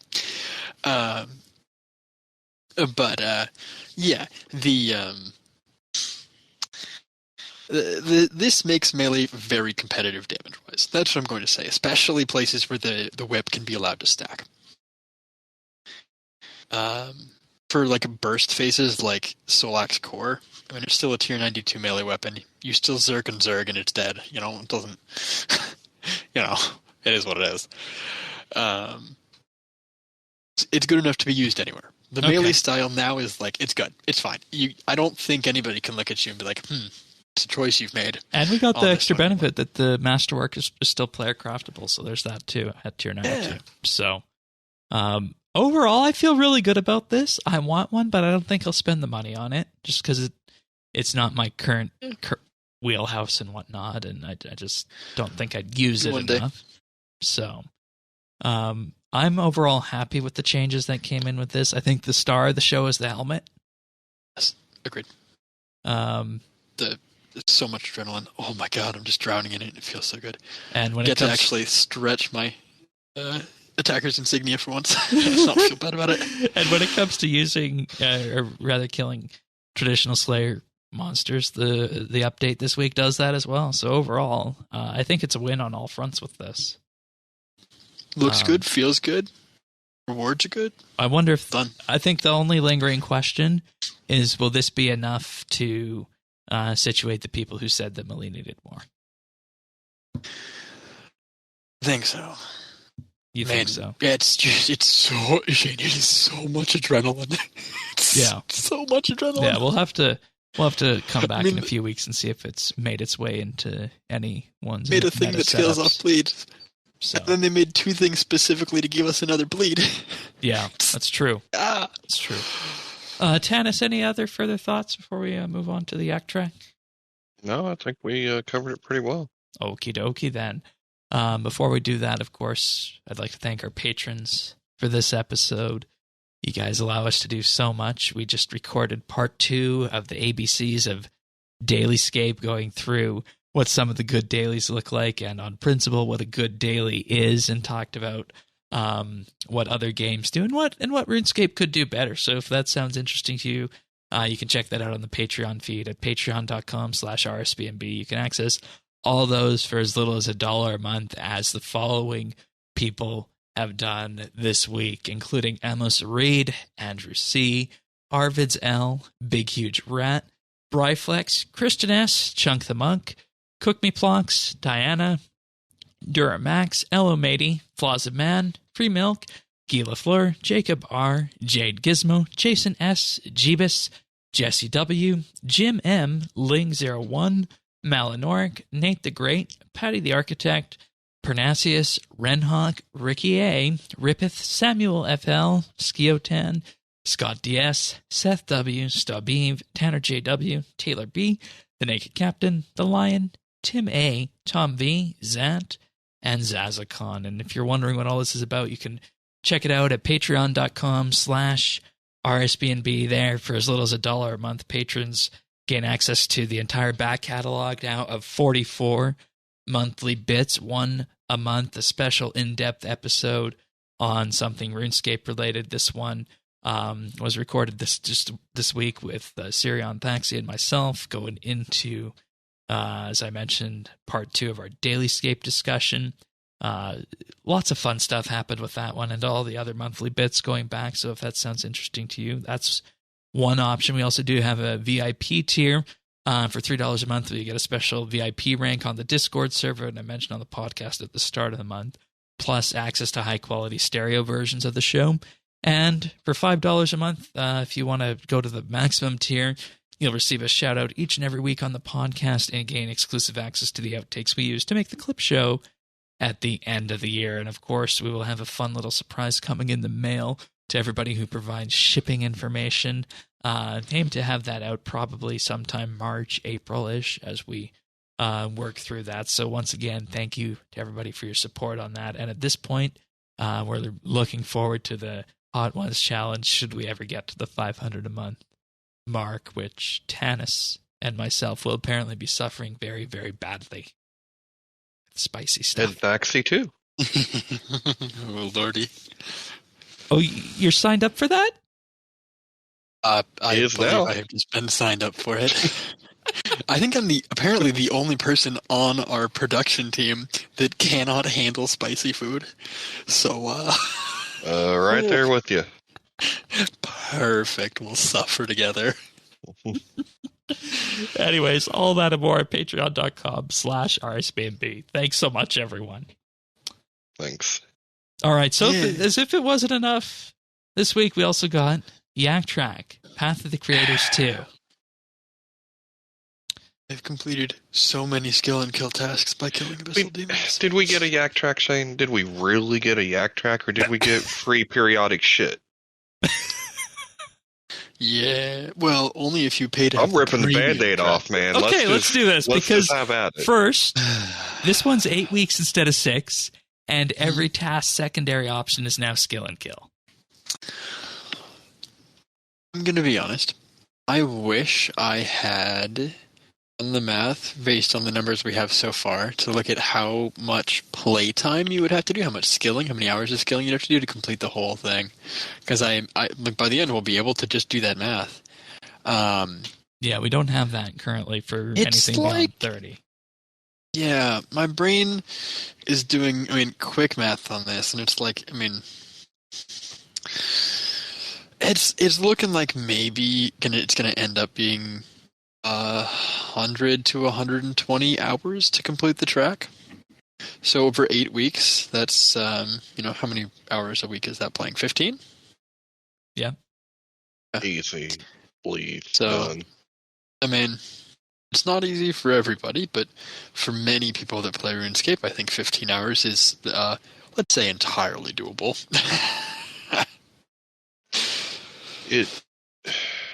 This is where you need to protect players from themselves. Do I love the fact that I'm getting all these rewards and I don't have to do nothing? I don't have to change anything? Yeah, okay, that's great. Should I have that? No, because that's not a Yak Track, right? The whole idea is to get you moving around, get you doing different things. This was wrong. I don't agree with this choice. I have two minds about this. Firstly, that's a fair argument, but that's your traditional battle pass system, right? You sign up for this battle pass, you say, I'm going to play your game a lot, and I want to have, pay so that I get some extra rewards while I do it. I'm not going to pay, we're going to get more bang for my buck because I'm going to play your game. I'm going to increase your play rates and do those things, and that's how the battle pass, or all those battle pass, or whatever your favorite game's equivalent system is, right? And from that aspect, this is the play our game option, but at the same time, I'm on board with you that and I'll double down that some of the tasks are bad. Some of the tasks, if you are either incredibly expensive, or the skilling task will actually take longer than the skill and kill task. Oh yeah, like the runecrafting ones. When I was low-level dungeoneering and I was training dungeoneering in my alt, I consider myself a very good group dungeoneer. I'm very fast. My average large time in groups is about 6 minutes. I could not finish a dungeoneering Yak Track on a medium level account before the skill and kill portion of the task came up during the last Yak Track. And there's similar things where some tasks are just bad, right? The reason people liked the skill and kill was I'm not going to burn 2,000 Elder Logs. Yeah. I'm just not going to spend however many million coins it is on doing that. It is more efficient for me to buy a bond because it's cheaper than buying those logs. And some of those tasks are just you either you didn't design this well for high-level players, or you didn't design this well with the XP rates of low-level players for average play in mind. Yeah, maybe if I'm paying for floors or something, right? I'm getting really fast floor times. I do have to say the Yak Track is more painful on a lower-level account. It is, and even if it is more, you have more options, right? The highest tier of fire-making logs I could do was maple. So those fire-making tasks near the end were cheap, and that was fine. But when it becomes limiting because you've only got a couple options at the end, it becomes either very expensive or the time-consuming nature. The tasks aren't all designed with the gameplay in mind. With love to the team that designs these, you don't have as many players playtesting it. That's the only thing that I can guess from this. You don't have somebody who's playtested through it at a variety of account levels. Which, fair enough. That's like 3 weeks of like 40-hour work weeks for people to have somebody test this. I mean, I don't know if there's a better way to speed that up, whatever it is, but I understand. But like, have somebody at least look through these and be like, hold on a second. Or like, see, like, nobody at level 60 dungeoneering completed this dungeoneering task. Not a single person. I'm sure they could access those numbers. Oh yeah, they could. Right? And it seems like they aren't. Because this is like they've said, double digits. It's a 10th Yak Track. Yeah, Here's guys, one. Your 9th Yak Track still had tasks that were absolutely rolled. Task 22, kill 1175 monsters or play for 2 hours. Right. Well, and we've always had that in Yak Track, right? But there's a difference between having bad tasks that you should have an option to, and then just never having to do anything any different than what you would normally do. Which, like, some people want the rewards without having to. Like, I get it. My issue is that this now leaves us with a singular task. Yeah. And I dislike having a singular task because giving me 2 tasks usually means there's something I can do, and you make me shitty tasks. Right. Which, like, with love. Another example, Task 28, choose 716k Herblore XP or play again for 2 hours, 15 minutes. Okay, but 716k Herblore XP is like 20 minutes of making overloads or extreme potions, right? Like that's expensive. That's fine. Still. It's just like it's expensive, but if you like, that gives you an option. You can choose to get because it is XP, right? It's just like you can train this skill however you want, or you can do the task. So some of them, the time isn't working, and the expense is not worth the XP you gain because the task isn't like again Elder Logs. Please don't burn Elder Logs. I'd be interested to see the engagement metrics on this after it's done, because everybody has called for this since the very beginning. Like, but I think more people will reach task 50. They will, yeah. But aren't we letting? Okay, but I feel like this. Yes, they're bad tasks, but I almost feel like that lets them off the hook. It does. I mean, that's my issue. I want more tasks. I enjoy the tasks. Yeah, they should be thinking and creating better tasks that people want to engage in, instead of just giving the option of don't change your day job, just do what you do, you get the rewards anyway. That feels lazy to me. And are these systems supposed to, I wonder, feel like they're penalizing you? Because it definitely does feel like you're being penalized sometimes for choosing the skill and kill. I mean, so that's the thing, right? That's what it says in the news post. The news post, and I don't have it pulled up to quote exactly. You can probably do that while I'm talking through this, Shane. Yeah. But it effectively said, here's these skill and kill options. If you don't like doing your tasks, they'll take a little longer, but you'll get there this same way. It sounds like they want their, like, if you go and do the tasks, you get the rewards quicker. So you can do it. If you play less, that's supposed to be your option. If you want the XP boost sooner, that's your option, is you go and you do the tasks. And in many cases that's true, but it's not true in all cases. And that is the problem, is that, like, sometimes you just don't have an option to do the task, even if you want to. And maybe that just means that you like finish off what that task would have been. But that just makes it more of a, like, those what should I do bots on Discord. It's like, okay, you gave me a suggestion. I'm not going to listen to it because I don't want to actually go fishing. Yeah. That's true. It's like, this is the what should I do bot for RuneScape, except it just changes once every hour, rather than actually, like Tane is saying it, rather than actually enforcing you to go and do the task.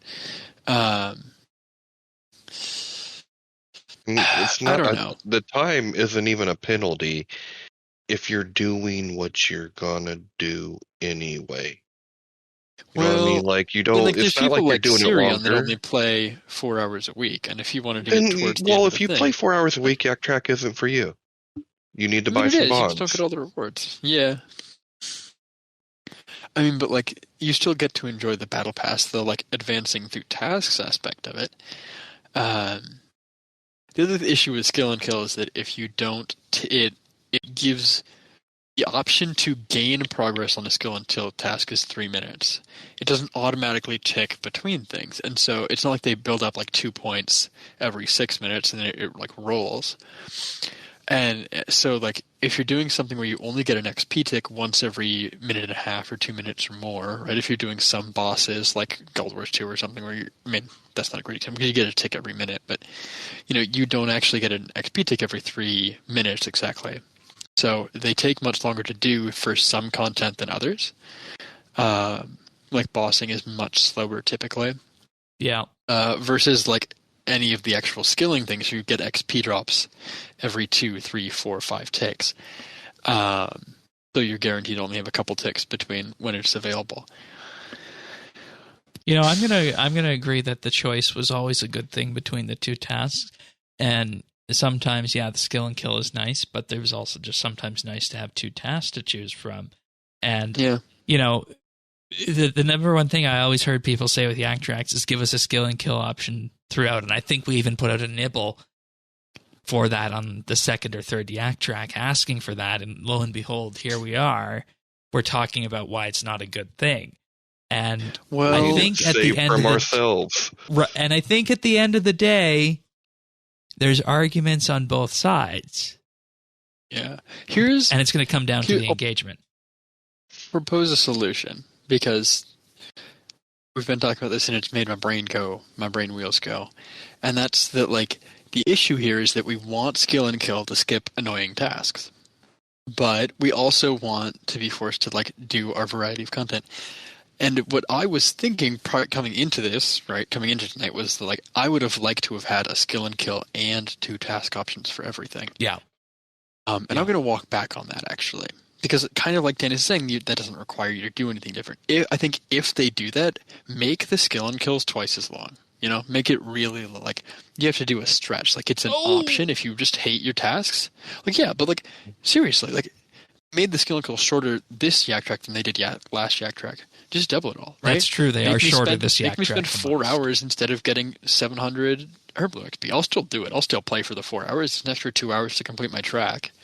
But, it's like, I think that the skill and kills are too short, and that also fixes my problem of not being able to get your XP in time if you make your skill and kills longer. The alternative is use skill and kills like skip tokens. Give people 10 skill and kill skips, quote unquote, every time. And just, like, each skill and kill then requires, earn, let's say 30 or 20 skill points, like, right? An hour and a half. Some number in there. And just, like, I want to apply this so that you'll get, it'll just stick a third. I have no idea how this would be on the design end. Maybe it's obnoxious. I feel like it wouldn't be.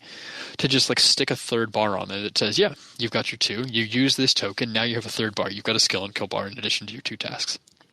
And you have, like, and 10 then of keep them the normal skips track. Around as well. And, like, don't send these track to track. Don't make them purchasable. True. And it's just during your track, if you don't want to buy skips, here's your 10. And, like, to be fair, and I've said this before, I am a fan of Jagex making money. It keeps my game running. That makes me get more content out of my game. I want Jagex to get money. And from the business side of things, that probably, and I think the same thing happens with this. So, like, you make skill and kill an option for everything. Nobody's going to buy task skips. Nobody's going to, like, given the price of bonds is already too high. And that's what I said. It's going to come down to engagement, both in terms of how many people complete it and how many people go out there and purchase those extra bonds and use skips on this, and then that's going to inform if this was needed, or we'll see it again, I think. And I think that's the story at the end of the day where we end this, because we've outlined the positives and negatives on this, and it really depends on how you see Yak Track. So, cosmetics on this one? Anyone a fan? I mean, they're very consistent, right? They've been doing a somewhat cartoonish, big, chunky art style for quite a while now. It doesn't look bad. It's kind of RuneScapey. I get it. I don't like it, and I use almost none of them. Yep. The only one that I could see myself play well with the Mac display, but using from this one is the Bic bow and maybe some of the Bic swords. The Bic bow is an interesting one to me. It's a big, chunky slab of metal, which apparently is a bow. I don't know how that one works, but fantasy, sure. I actually really like the shields. The shields on these are ginormous. The Bic shield in particular is just Like, it's a slight step down from Heru's shield, the, like, big, gigantic circular plate guy, but it's humongous. It's a tremendously large shield, and it looks pretty good. The full shield also is a round shield that looks pretty good, too. It's got some flame kind of spikes coming off of it. Looks kind of dope. Yeah, I like the green. The full armor is okay. The colors. The BIC, the thing that I might do is actually the BIC tier, the task 1 rewards, the BIC accolades, I think, outfit. Looks a lot like the Cabbage Mancer. I think you could do some fun fashion scaping, mix and matching that with the Cabbage Mancer stuff for your springtime outfits. Yeah, I thought of combining that with a farming cape. Yeah, it could be good. The helm on it's really funky, but whatever. Yeah, we have other options for that. It's just personal. That's totally personal opinion, by the way. I mean, you're welcome to like it. It doesn't resonate as much as the Windtumber Aurora one did with me. I will say that. I mean, the Windtumber Aurora was just a really cool. Like, they added that cool star pattern in the pets. They had the cool, like, rainbow wrapping around stuff. Rainbow always goes over. Rainbows make stuff 10% cooler. It's a fact. It's just it's you can't get around it.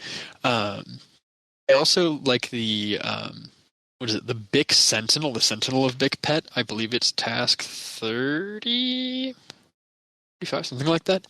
The doggo, the BIC doggo is really cool. Yep. And the full dragon looks, from what I can see, like it's got a really cool metal sheen on it.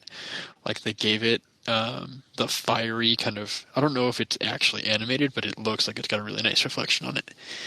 And lost me how that'll look in the Mac client, but the Drake of Full looks pretty cool to me. So yeah, I mean, it doesn't resonate as much as the other ones did, but I feel like Yak Track cosmetics are always so subjective, and everybody's gonna like one or like a different one.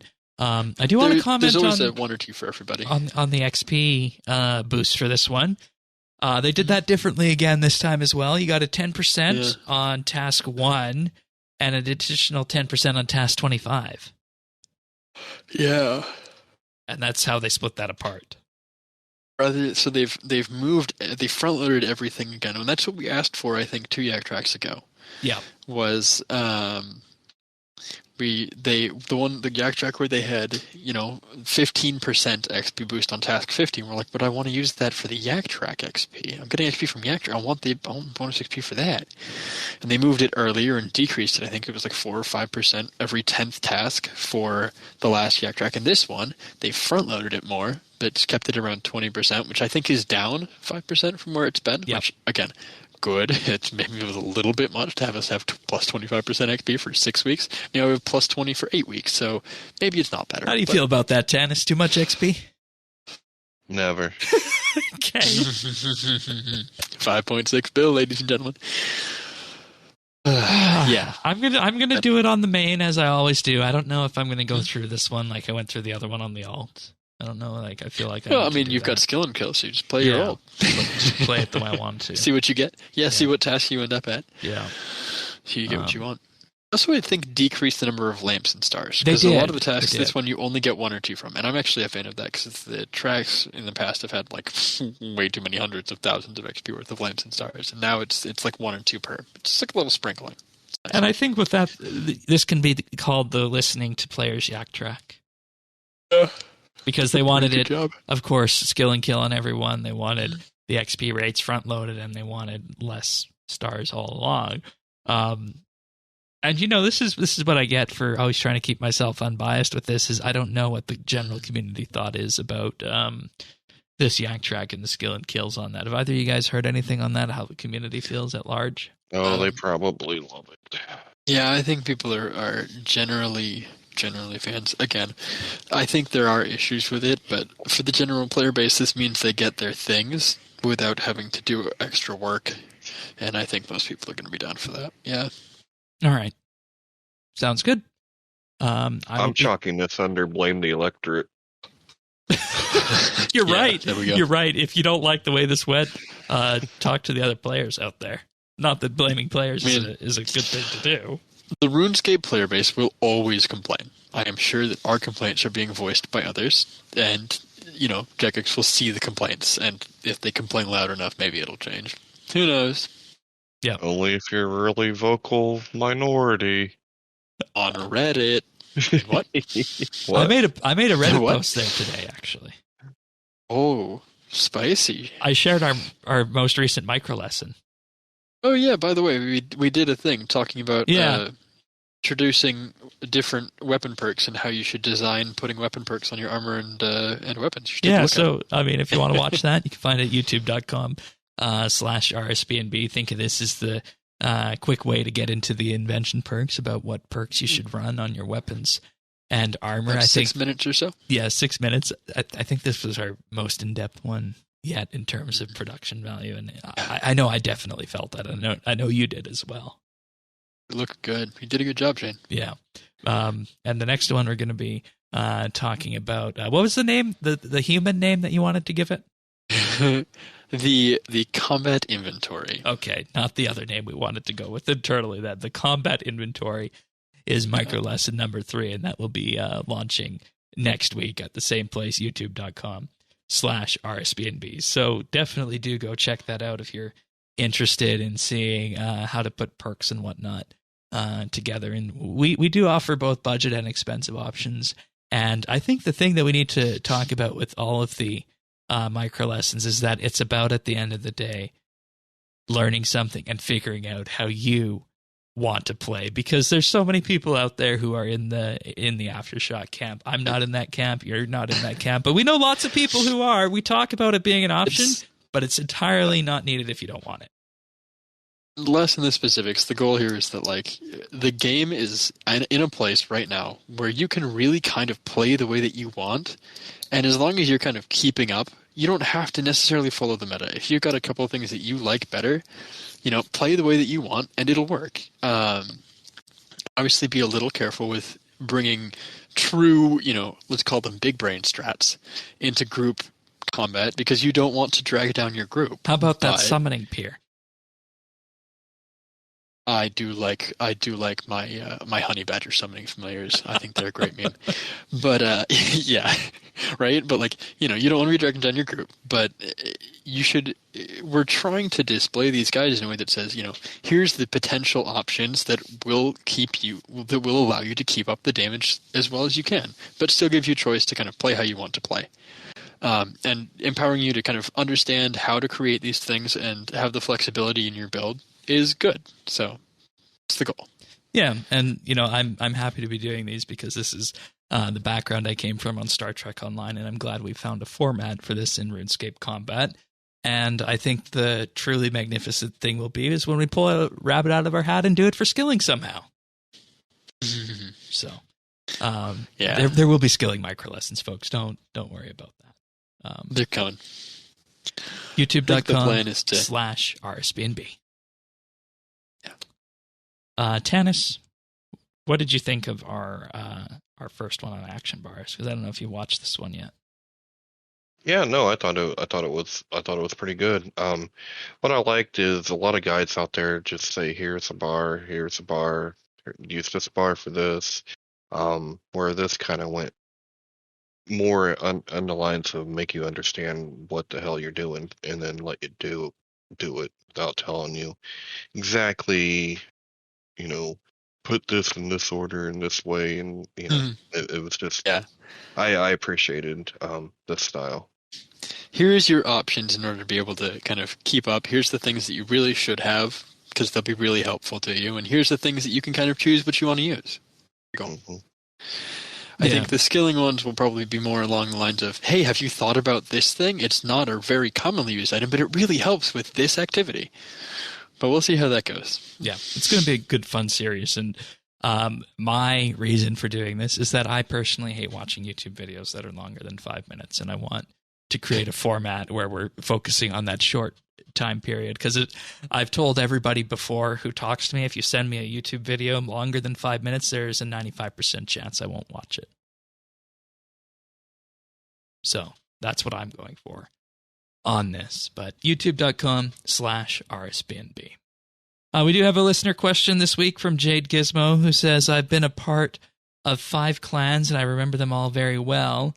What about you? Nobody would be interested in the story behind their clans, but I'm interested in the stories behind all of yours.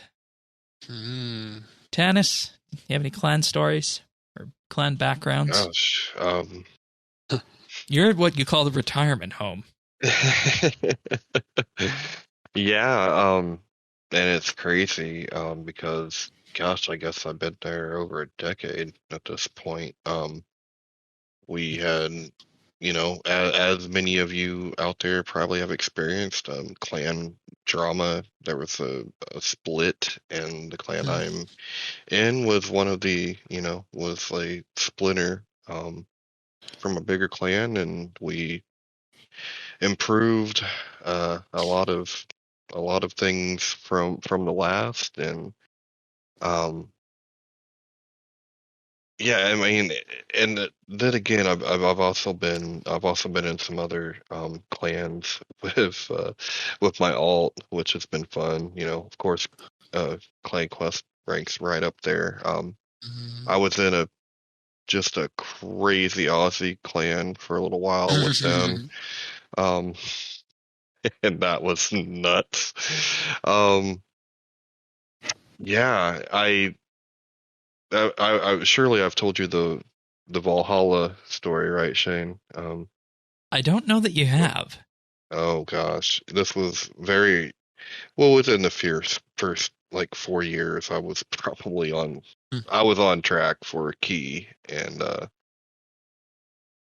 lost my cool one day and told somebody what they really were, in clan chat.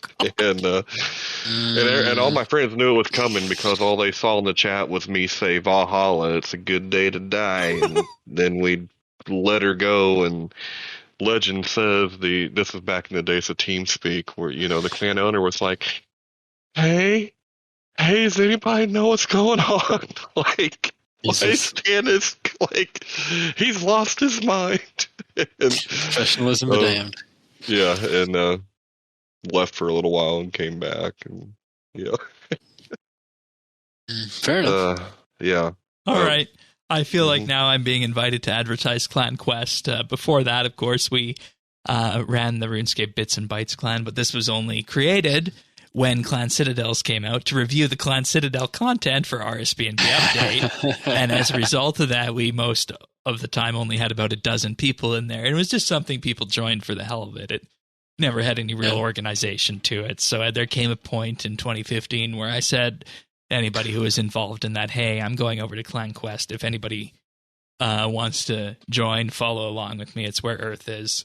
And that's been part of our history ever since. Clan Quest is a wonderful organization, and I like to think of it as the gaming community, the gaming clan, where anybody who wants to can achieve a position of leadership and a position of power and bring their own vision towards the RuneScape 3 Guild or any of the other disciplines that we have in place at the time. It's, of course, known for its RuneFest meetups and meetups outside RuneFest at various places.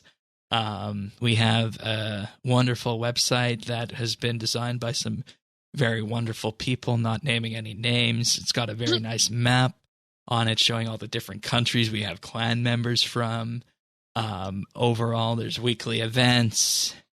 And, I always say it comes down to the people. And when somebody says, why do you still play RuneScape? It's because, of course, the community around it, both within RSBANDBupdate, but also around Clan Quest as well. And I always say, if you enjoy quests, even in passing, Clan Quest is probably a good place for you to be. You don't need to be a diehard lorehound or somebody who is going to be able to recite all the various Majorat names and what they've been up to in the last decade.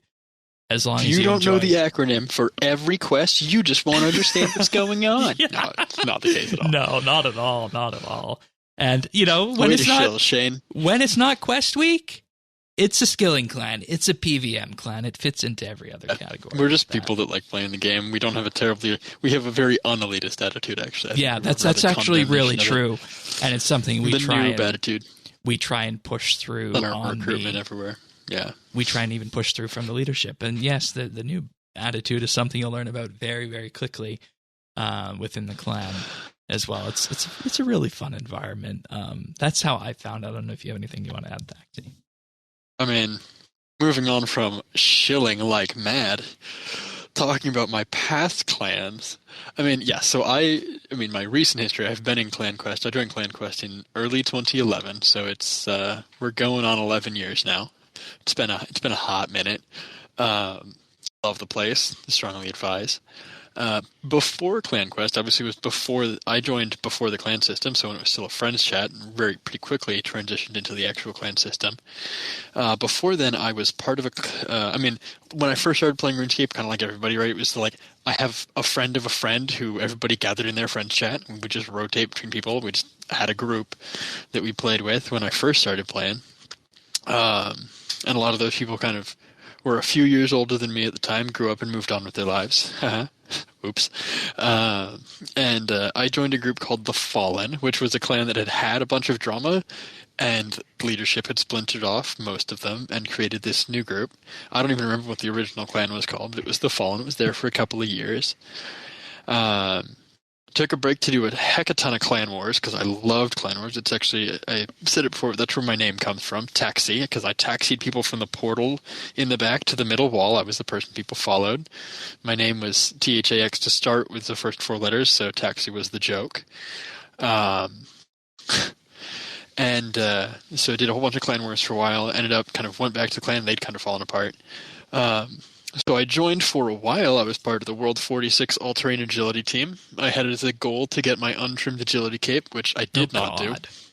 Yeah, I know, but they were such a fun group because they had, basically at all times, they had a whole bunch of people running courses. That was during the time when, right before the Barbarian and Gnome Advanced courses came out, so the Monk Abyssal course was the best way to train agility. So they had a whole bunch of things about papples which is pineapples, and like bananas, and they would drop stuff on the course. They had a whole shtick. They had a mouse, a singular mouse that had gotten the people got their 99s on. So everybody, because you get 3 XP when you pick up a clockwork mouse. And so that had hundreds of people that had been through this place. That's why World 46 is the agility world still. Is the World 46 All-Terrain Agility team, World 46 AT-AT. It was a good time. I went from there to what I decided to do instead was to get my untrimmed HP first. I did end up doing that one. I got my untrimmed HP at when I had my second highest skill at 93 defense. And I did that through Soul Wars. And so I ran calls on the Soul Wars world for a year or two after, not for a year or two, but a year or two after Soul Wars had come out. I spent a number of months. And this was right before I joined Clan Quest. I actually guested in Clan Chat. I applied on, I think it was page 7 of our second recruitment thread. And then I didn't have any sponsors because I didn't understand how the system worked for applications back at Sponsors are gone in this day and age. For anybody wondering. Completely gone, so much easier to apply. But we wanted people to come and hang out first before they got a rank. That was just the way that worked at that time. And I didn't, I wanted to go off and do this thing, and it was the same clan. You couldn't be in a clan in a friends chat, so I did my Soul Wars, and I got my HP cape, and I came back and joined Clan Quest, and that's where I've been since. Still have my untrimmed HP. Managed to get it keepsake because it took so long to get my second 99. It's a much more interesting origin story than mine. For Clan Quest, so that's good. Good question. Yeah, and good question. I always love a chance when I get to advertise or talk about a certain thing. So, we know. And I should also underscore that I wouldn't still be there if it was one of those guilds that had drama appearing all the time. And we've had a couple instances, but it's been relatively contained. The leadership takes care of itself and moves along. The membership normally doesn't see it. And that's the way we like it. Amen to that. All right. Moving on to other things. Picks of the week. Tannis, what do you got for us? I've got something that I'm not gonna spoil it. I'm just gonna say my pick of the week is Picard, Season 2. I just binged Season 1 over the last couple nights just because I watched it when it came out, but I'm like, you know what, I want to refresh before the new season comes out, and I like this era. I think we're right back in the golden age, like we were in the late 90s. Oh, I thought you meant like the late 24th century Star Trek stuff. Well, that is really cool, and I can see like I have some ideas of what they're doing and what's being filled in lore wise. But if you like Jean-Luc, follow this story. It's not over, and there are some familiar faces from last season, and even familiar faces from the next gen, and the trial never ends. The trial never ends. Exactly. That's the perfect. I can't put it any better than what those who have seen next gen will understand what that means. Yeah. And I know some people long for the days of the one-off stories and stuff, and I think we're going to get that with Pike. Yeah. Right. But you gotta remember too that when that kind of stuff was popular, it was the time when sitcoms ruled, and now we're very used to a season, an overarching story per season, and it looks like that's what we will get here, and I'm excited about it. I really enjoyed the first episode. I have to get to it because with this one, we also got note that 4 ships from Star Trek Online are being added to canon with this, and this Trek Online team provided a good number of the models used in this season, the CG models for ships. So that's going to be something to see. Yeah, which, I mean, that's just super cool. I mean, that's just super cool anyway, because everyone knows how I've been feeling about that game. Just cruising, rising up through the ranks. Yeah. All right. Thaxi, your pick of the week? My pick of the week, it's a few months old at this point, but I want to throw a shout out and salam to actually an old school content creators named Verf created a movie. It's an hour and 40 minutes long, but it's one of those, if you're anybody that watches old school content creators, a lot of the, like, this is a Fremenic locked, so Fremenic only Ultimate Iron Man, so no bank Iron Man. In the Fremenic region, and he does like all of the old school Fremenic content in this account, and it's really well done. It's really well put together. It's a single video. He didn't stretch it out into a whole a multi-part series or anything. It's just he did a whole account. He did the whole account build, and he made a movie about it. And there's a bunch of like other content creators that you'll see sprinted through there if you're familiar with that scene. But it's just well designed. It's well designed. It's an engaging kind of thing to watch. It's good background if you're looking for something to AFK to. It's got some story elements in it where it talks about what the characters from the quests are doing afterwards, like those movies like now he's off saving the world, like those kind of things. He moved back home with his mother and now lives in her basement. Miscellanea used to look like that. Yeah. And so it's the whole he makes a whole kind of a movie about the Fremenic story of quests and including how they end in old school. And I think it's just really well done. The editing on it is well done. The music is well done. And obviously it is your standard kind of, here's an Ultimate Iron Man. Here's the funny grinds that I'm going to force myself to do. I hope somebody remembers this when Golden Gnomes comes around this next year. Yeah.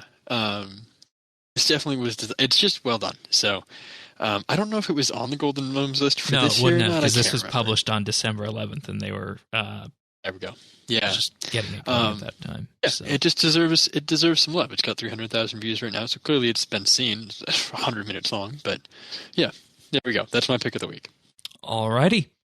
My pick of the week is another YouTube video for anybody who's familiar with the game Wordle out there. I'm not much of a fan of the game myself, but I'm always a fan of interesting solutions to problems, and Wordle is an interesting problem because it's got a limited namespace of the potential words that you can have, in that the word length is only 5 characters max.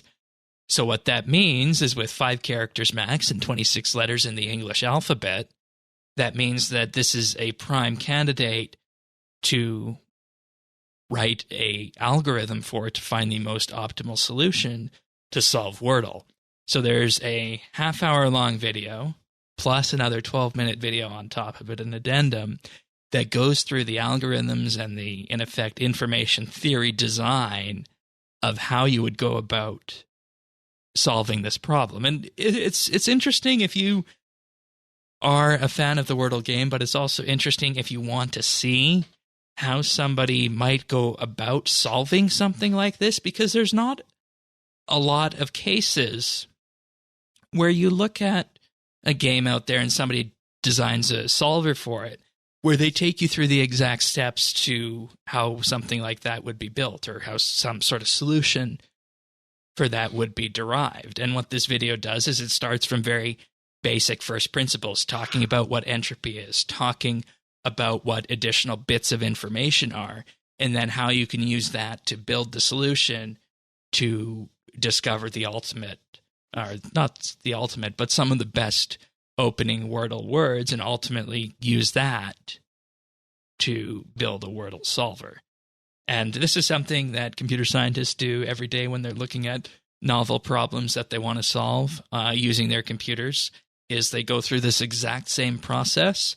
And it's a lot easier to do when you're dealing with confined universe sizes, in that you only have 5-character words and 26 letters in the English alphabet. It makes it so that it's something that's has a only set number of possible solutions, and you can whittle that down even further by knowing that Wordle isn't going to have the words that are, truly absurd. And with that, you can use that to bake some assumptions into the solution process to come up with something at the end that solves it pretty optimally. So it's a fun watch if you have any kind of interest in that. And this is on that same kind of band as the Hidden Figures discussion that we had last week. So if there's anybody interested in Wordle, or anybody who's just interested in problem solving, give both these a watch.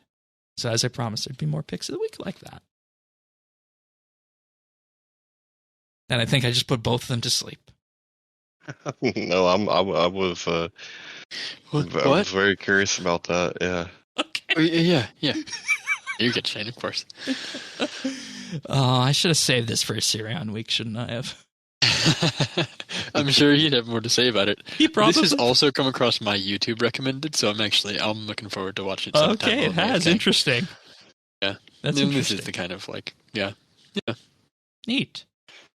All right. Achievements of the week. The end of double XP. Well, let's get started with At a Dark Moor with 99 Prayer. That was on the 2nd. Sparty Pants with 120 Slayer on the 2nd. Turd Sniffer 0 with 99 Agility on the 2nd. Waffins with 99 Hunter also on the 2nd. And A-Real with 99 Construction on the 1st. Then we have Crazy Legs 722 with 99 Invention on the 1st. Aeroff with 99 Woodcutting and 99 Fishing. A Zandia with 99 Magic. Dark Wizard with 99 Construction. Duke Juker with 120 Fire Making. And these are now on the 28th. And finishing up, we have Zill with 120 Prayer on the 28th. Nicely done. Starting on the 27th, we have Legion 1943 with 120 Archaeology. Lord Earth with 99 Cooking. Nerd. We had Nyard with 99 Smithing and Crafting. We had Shane 12088, 120 Dungeoneering. Nerd. Ooh. Then had Sorensen 57 with 120 Smithing and 120 Crafting. Well done. As well as Super J with 99 Archaeology. The Outdoors with 120 Invention. And Zilcam with 120 Herblore.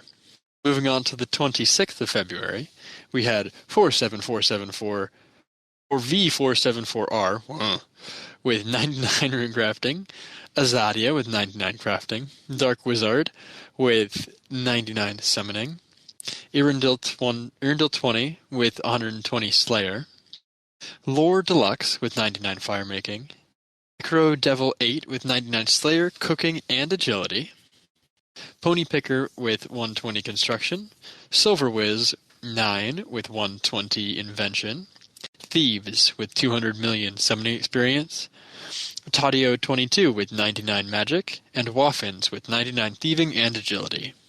All right, picking it up on the 25th, we have Erov with 99 thieving, Atmahua with 99 fletching, Ulogs with 120 archaeology, Iron Ass with 99 agility, Jakir with 120 cooking, Jam Andy 52 is back and got 200 mil fletching.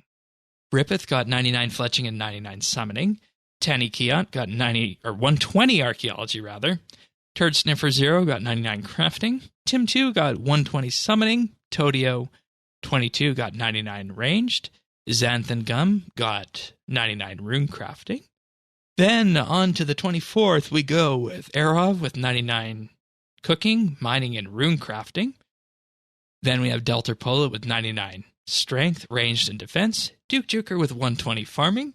Thieves with 200 million construction XP. And Up the Iron 05 with 120 dungeoneering and 120 Slayer. And we take a nap now until the next double XP live event. Good job, everyone. Congratulations. Nice. So speaking of that, how did we all end double XP? Tanis? I ended it as I began, with a pick and a hammer in my hand. Oh, okay. But for the rest of the week, I've been, I was, well, not Monday, but Tuesday started working with the new Slayer creatures and really enjoyed it. I kind of wish I was at 120 so I could do it again. And, and now we're back to mining for a little while. All right, sounds good. Sounds good. Did you sell any of the plates, or did you use them on double XP? The plates. The rune plates, or did you do any smithing? No, I didn't plate. use any. I've decided to really just keep saving. Nice. Yep. Nice. How about you, Thaxi? I have rediscovered. Well, no, not rediscovered. I have been started a couple weeks ago playing a Elder Scrolls Online account that I had a year ago that I played for about a month, and I've gotten back into that, and I've been grinding there and enjoying it. So my DXP, I had 2 accounts, and between the 2 of them, I think I used less than 10 hours.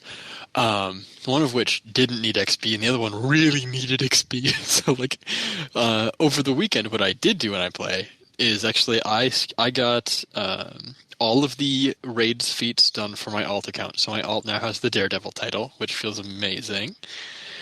And then after I finished my feats on Sunday, I just did a mad dash to use a bunch of DXP to get 90 thieving off of dummies and a couple 2 or 3 magic levels off of dummies.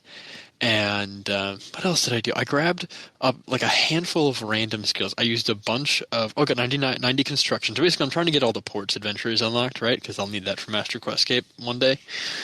And I want to get that going sooner rather than later so I can dawdle my way through it and not feel like I'm obligated to log in every day for it.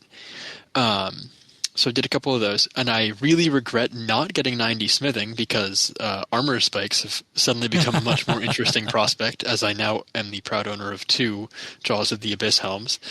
And you, of course, need 90 smithing to create armor spikes, as they're not tradable.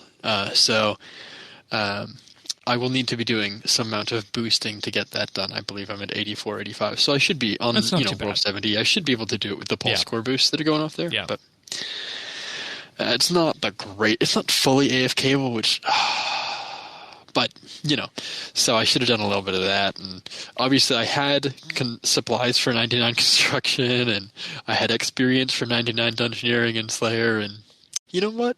That'll still be there in 3 months. It will. That's fine.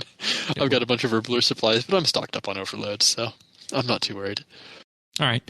As for me, as you heard there, I got 120 dungeoneering. I finished that, did a ceremonial dungeon floor, and then just did tokens with the rest. And then I think at this point, dungeoneering will be reserved for any lore pages that I'm missing, and just doing it on double XP with friends that need it at that point in time. I think that's going to be the bulk of dungeoneering that I'll be doing going forward. So we'll be encouraging you to work on Master Quest Cape when you finish comp. It's coming.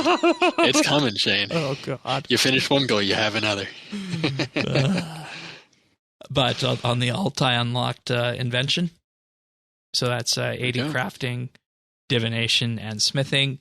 And I also, the other big one was that I got high enough to boost to get my 2 dinosaur farms going, because that was the thing that was slowing down my farming on the alt.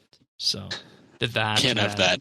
No, we can't. And then the rest of the time I just spent doing some protein hunter, and I unlocked big game hunter there because I figured why not. So that's what protein I did. Hunter. He's going for those amino acids, lads. He's hunting. That's right. Oh, I don't think we have anything else left to say on this episode. Of course, we'll be back next week for another episode of RSBANDB Update. Thanks, everybody, for being here. And we look forward to what the next piece of content for RS is going to be. But if you want our RSBANDB Update delivered directly to you, you can subscribe to us on any podcast listener out there at update.rsbnb.com/subscribe. We're on Apple Podcasts, Spotify, Amazon, Google, Pocket Cast, Stitcher, and of course YouTube at youtube.com/RSBNB, where you can find the video version of these shows and the new micro lessons, which we hope to be coming out on a weekly cycle going forward. So with that being said, we'll see you guys next week for another episode of RSBNB Update. See ya. Bye. Ciao.